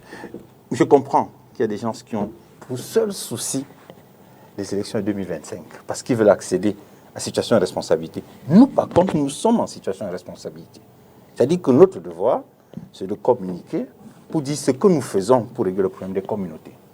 Je commence d'abord par ce qui est fait à la base, c'est-à-dire la Commission nationale pour la promotion du bilinguisme et du multiculturalisme. On a mis en place cette institution, on a donné la possibilité aux Camerounais, pour ceux qui sont victimes, soit d'un problème communautariste, soit d'un problème tribal ou je ne sais pas quoi, de dénoncer. C'est ouvert, la dénonciation. Et lorsqu'on dénonce, les personnes sont convoquées, entendues, et un rapport est rendu, transmis, acquis de droit. On a mis en place, si vous voulez, dans le code pénal, des infractions sur la tribalisation ou alors des propos qui portent atteinte à l'excitation au tribalisme. C'est ça, je pense, le texte qui incrimine à la haine tribale. Donc, il y a un ensemble de textes comme ça qui ont été adoptés de manière même récente par le Parlement pour lutter contre le problème du tribalisme dans notre société. Avez-vous connaissance des condamnations, justement, sous ce label-là? Il n'informe pas. Excusez-moi, je vous dis une chose. Même si j'avais connaissance, je ne peux pas communiquer dessus. Non, parce pas forcément pour donner des noms, mais je veux dire, est-ce que... pas pour donner des noms, est-ce que vous avez connaissance d'une affaire qui a abouti à la condamnation de quelqu'un sur des faits? Pas une seule. Pas une seule, il y en a. Il y a des gens qui ont été condamnés. Il y a des gens qui ont été convoqués à la Commission nationale pour la promotion du bilinguisme multiculturel à la suite des dénonciations. Il y a des gens qui ont été convoqués et qui ont été entendus à la suite des propos tenus même d'ailleurs sur des plateaux. La Commission fait un travail. Bien maintenant, c'est à elle de vous dire si elle souhaite rendre public son rapport. C'est pas à moi de communiquer. En gros, le problème, c'est la communication. Voilà. Non, excusez-moi. Quand on veut bien. Si la Commission veut communiquer, elle communiquera. Ce n'est pas une activité gouvernementale pour dire que le gouvernement doit communiquer. Le gouvernement, son devoir, c'est d'apporter des réponses. Une réponse sur le plan pénal, excitation à la haine tribale, une autre réponse sur le plan administratif avec la Commission. Maintenant, je veux insister sur un point, parce qu'il ne faut pas toujours penser aux sanctions. Nous nous efforçons, en tout cas, le RDPC soutient le gouvernement de la République, qui s'efforce au quotidien à favoriser la coexistence entre les communautés dans notre pays, qui s'efforce de faire vivre au Cameroun un système à la fois, c'est-à-dire une véritable alchimie entre un système monarchique, un système républicain, parce que chez nous, si vous voyez bien, il y a des communautés avec des chefs qui coexistent avec l'État républicain. Chez nous, on fait un effort pour qu'il y ait une coexistence religieuse, une coexistence tribale, et le gouvernement de la République s'efforce, j'ai dit au quotidien, de faire en sorte que les religions coexistent, que les communautés coexistent, que l'État et les communautés travaillent ensemble, en faisant notamment des chefs supérieurs, des auxiliaires de l'administration qui travaillent en symbiose avec les sous-préfets. Et on a même capacité certaines communautés, on a même capacité certains leaders communautaires qui ont, dans leurs communautés respectives, formé des citoyens, notamment dans le cadre des comités d'autodéfense, à participer à l'œuvre salutaire de protection des citoyens camerounais dans leur vie ou alors dans leur domicile respectif. C'est un travail que nous faisons, c'est un travail pour lequel le gouvernement de la République travaille, je dis de manière quotidienne, de manière récurrente, et tous les jours, je dis tous les jours, le gouvernement s'efforce de démontrer qu'au Cameroun, les communautés coexistent, y compris dans la spécialisation ministérielle. On fait en sorte que toutes les communautés puissent s'y retrouver. Dans les lois électorales, on dit que la liste doit refléter la composante sociologique de l'arrondissement ou de la circonscription concernée. La composante sociologique, l'approche genre, tout cela est pris en compte lorsqu'on constitue les listes pour les élections dans notre pays. Donc, il y a un effort qui est fait. Vous pensez que ce n'est pas le cas pour d'autres partis politiques? Moi, je n'ai pas rentré dans la vie des partis politiques qui ne sont pas le RDPC. Moi, je dis ce que le RDPC, en situation de responsabilité, fait au quotidien pour éviter que les communautés s'étripent entre elles, pour éviter que les religions s'étripent entre elles. Voilà le travail qui est fait. Et je dis, c'est notre devoir, c'est le devoir du gouvernement de la République. Et le RDPC que je représente sur ce plateau soutient le gouvernement de la République dans cette œuvre salutaire et exhorte le gouvernement à poursuivre ce travail, parce qu'il faut le poursuivre, il faut l'améliorer, parce qu'il y a toujours des récriminations. Il faut donc améliorer la qualité des textes pour que les Camerounais se retrouvent, parce qu'en réalité, et le président de la République l'a dit, il faut améliorer les conditions de vie des Camerounais. C'est la priorité exclusive Pour du sortir, gouvernement. il reste une dizaine de minutes, il reste Mais je voudrais 10 minutes. rappeler à Maître, peut-être il l'a oublié, il y a eu des élections dans ce pays où le lendemain, après les résultats, des halogènes ont été chassés, leurs biens brûlés. Je ne voudrais pas citer les noms de ces départements. Moi, j'en connais Pour pas. ne pas susciter. Pour Tout ne le pas monde- tout le monde susciter. connaît l'affaire. C'est Ah connu. bon? C'est où? Non, Moi, j'en faut- connais pas. Non, faut pas. C'est pas. Il n'en parle pas parce qu'on veut éviter une espèce de Voilà, stigmatisation. je voulais C'est tout, mais c'est éviter- connu. Faut nous pas sommes- faire le. on va vers C'est connu. la construction de la paix. la dernière Mais ligne droite. il y a eu dans ce pays, et toi tu sais très bien en tant que brillant juriste, que dans notre constitution, on parle d'autochtone, on parle d'allogène, évidemment. Il y a eu des élections dans ce pays. Au lendemain des résultats, on a chassé des allogènes, on a brûlé leurs biens, certains sont morts. Tu sais ça? Oh, ben écoutez, c'est des petites Dernière ligne droite situations sur la vie regrettables. chère. Vraiment en un mot, il reste 9 minutes. Chacun aura 1 minute et demie pour essayer de répondre à cette question, de savoir si la problématique de la vie chère actuelle, justement, avec cette flambée de prix au départ, on a dit Covid, maintenant on parle de la crise ukrainienne.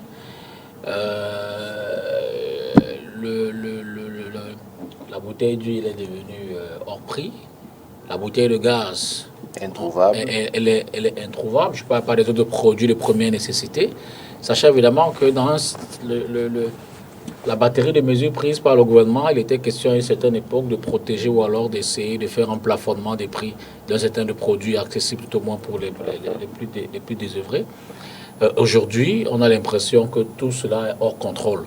Est-ce que cette problématique de vie chère rentre également dans la perspective de ces élections? Alors, je commence peut-être pour finir avec vous, hein, Maître Tegem. Sur la vie chère. Ouais. Sur la vie chère et en guise de conclusion pour l'émission également. Ben écoutez, comme je l'ai dit ou je le dis très souvent, je dis encore une fois, c'est le devoir du gouvernement de répondre à cette préoccupation des Camerounais. Et il répond très bien. Et le gouvernement apporte sa part, en tout cas au mieux des intérêts de tous, à travers des mesures qui sont prises pour endiguer la vie chère. Nous demandons également, nous soutenons le gouvernement et nous souhaitons que les Camerounais accompagnent le gouvernement dans cette œuvre salutaire. Nous ne réussirons rien sans l'apport des Camerounais. Chacun d'entre nous doit savoir qu'il est un produit de la République. Et chacun doit comprendre qu'il doit apporter sa part contributive. La vie n'est pas chère au Cameroun exclusivement pour les produits importés. La vie est également chère pour les produits qui sont pourtant, ou alors les produits alimentaires qui sont cultivés sur les terres chez nous. Ça veut dire que quelquefois aussi, il y a des gens qui se caractérisent par une surenchère regrettable. Il faut que ces personnes comprennent qu'ils ont un apport, ou alors ils sont le produit de la République, et à ce titre, ils doivent contribuer à participer à cette œuvre salutaire de lutte contre la vie chère dans notre pays. Nous souhaitons que les Camerounais accompagnent le gouvernement. Comme vous le savez, la crise en Ukraine, la crise du Covid a provoqué une hausse vertigineuse des prix. Malheureusement aussi, on a un événement malheureux chez nous, notamment l'incendie qui a eu à la Sonara. C'est un ensemble de paramètres qui ont peut-être favorisé cette situation regrettable. Nous allons travailler à la combattre et le ministre du Commerce a évoqué d'ailleurs la mutualisation des efforts. Ce n'est pas mauvais de mutualiser les efforts. Maître Ndjeou, sur la même question, la vie chère fait-elle partie de ces éléments qui conditionneraient la présidentielle de 2025? Si ce n'est pas un élément, ce sera tout au moins un facteur déterminant. C'est l'un des facteurs qui permettent le mieux aujourd'hui de jauger la profondeur de l'incompétence de ceux qui nous gouvernent. Parce que cela met en lumière une chose assez fondamentale, c'est qu'il manque de prévision dans la façon dont nous sommes gouvernés. C'est-à-dire que chaque fois, on fait bien de toujours rappeler la crise du moment pour justifier telle ou telle situation fâcheuse ou dommageable. Quand ce n'est pas Covid, je pense même que si on passe 2 ou 3 années sans qu'il y ait de crise majeure sur le plan mondial, Les gens du RDPC vont faire comme un influenceur. Ils auront 800 idées par seconde pour nous inventer une nouvelle situation qui va permettre de justifier leur incompétence. On parle de prix qui sont chers parce qu'il y a la guerre en Ukraine. Et quand mon confrère veut bien indiquer qu'il s'agit aussi des prix de produits faits localement qui sont aussi chers, il fait vite d'accuser le goût du lucre de certains acteurs. Mais il oublie que parfois les conditions d'acheminement de ces produits locaux entre les points de production, entre les zones de production et les zones de grande consommation, c'est la croix et la bannière. Je vous prierai de faire un tour dans le nord Makombe ou dans l'arrondissement de Mkonjo, dans le sud, ou dans le à sud, l'est, ou à l'est, etc., etc. Donc, les gens peuvent, encore que cela ne devrait pas être un crime, quand on est commerçant, quand on a décidé de faire des affaires, c'est pour en tirer des profits. Donc, pour moi, les Camerounais devraient effectivement, comme l'a dit Georges Tegem, savoir qu'ils ont leur part à donner. Et leur part à donner, c'est bien de dire à ceux qui nous gouvernent de manière hasardeuse depuis bientôt 40 ans qu'à un moment donné, il faut qu'ils sachent qu'on sait comment faire mieux. Et donc, que ce peuple accepte de faire usage de son bon sens et de donner la possibilité à ceux qui peuvent faire mieux que les amis de Georges Tegem, de donner une chance au Cameroun. Oui, Dipita, tu sais, l'histoire est pourvoyeuse d'arguments. Le président Biya était là, Premier ministre, quand le président Ahidjo implémentait les plans quinquennaux. Le président Biya était là, à l'époque, lorsqu'on parlait des coopératives. Les coopératives agricoles, effectivement, pour renforcer la souveraineté alimentaire. Et les comices. Ces coopératives, avec ceci de caractéristiques, elles bénéficiaient d'une gestion autonome. C'est-à-dire le gestionnaire recevait sa légitimité des membres. Mais une fois qu'on a commencé à leur imposer certains fonctionnaires du ministère de la Culture, ces coopératives sont mortes. Donc, on ne peut pas parler d'un problème de mauvaise gouvernance. D'accord. Je veux bien que l'on pointe du doigt des facteurs exogènes, l'Ukraine, mais le blé n'est pas notre nourriture essentielle. Le président Biya lui-même a parlé de l'agriculture de deuxième, troisième génération. Qui laisse les générations. Où sont les routes? On a des bassins agricoles dans ce pays. On a le riz à Sancho, on a le riz dans le... Mais où sont les routes? Merci Didier. Ou même de l'énergie pour transformer les produits agricoles. Voilà la question qu'il faut se poser. Paul. Et puis, je vais sortir par là. La vie chère, le questionnement de la vie chère, ça, qu'on le veuille ou non, sera le fil conducteur pendant les différentes élections. Merci. Paul? Oui, allant dans le même sens, vous savez, tout en reconnaissant les différents contextes internationaux, je dis quand même, le Rwanda, l'Éthiopie et le Kenya ont vécu les mêmes contextes internationaux, des guerres que le Cameroun, lui, n'a même pas connues, mais ils ont sorti la tête de l'eau pendant que le Cameroun, lui, s'enfonçait. Lorsque vous regardez les indicateurs économiques du Cameroun au moment où l'ancien président s'en va, avec les prévisions, etc., et aujourd'hui, je vous prends juste le cas de la Camer. La Camer avait 3 millions d'habitants, Camer l'a fonctionné. Camer, quoi, avait 30 millions d'habitants, un marché local 10 fois plus grand. Ne nous attirez pas les histoires avec les CELAC. Non, c'est un exemple. C'est la Camer fonctionné. C'est une société d'État qui fonctionne notre argent, qui prend les subventions chaque année, il n'y a pas de résultat. 10 fois, il y a le marché local. Paul. Non, allons même au-delà.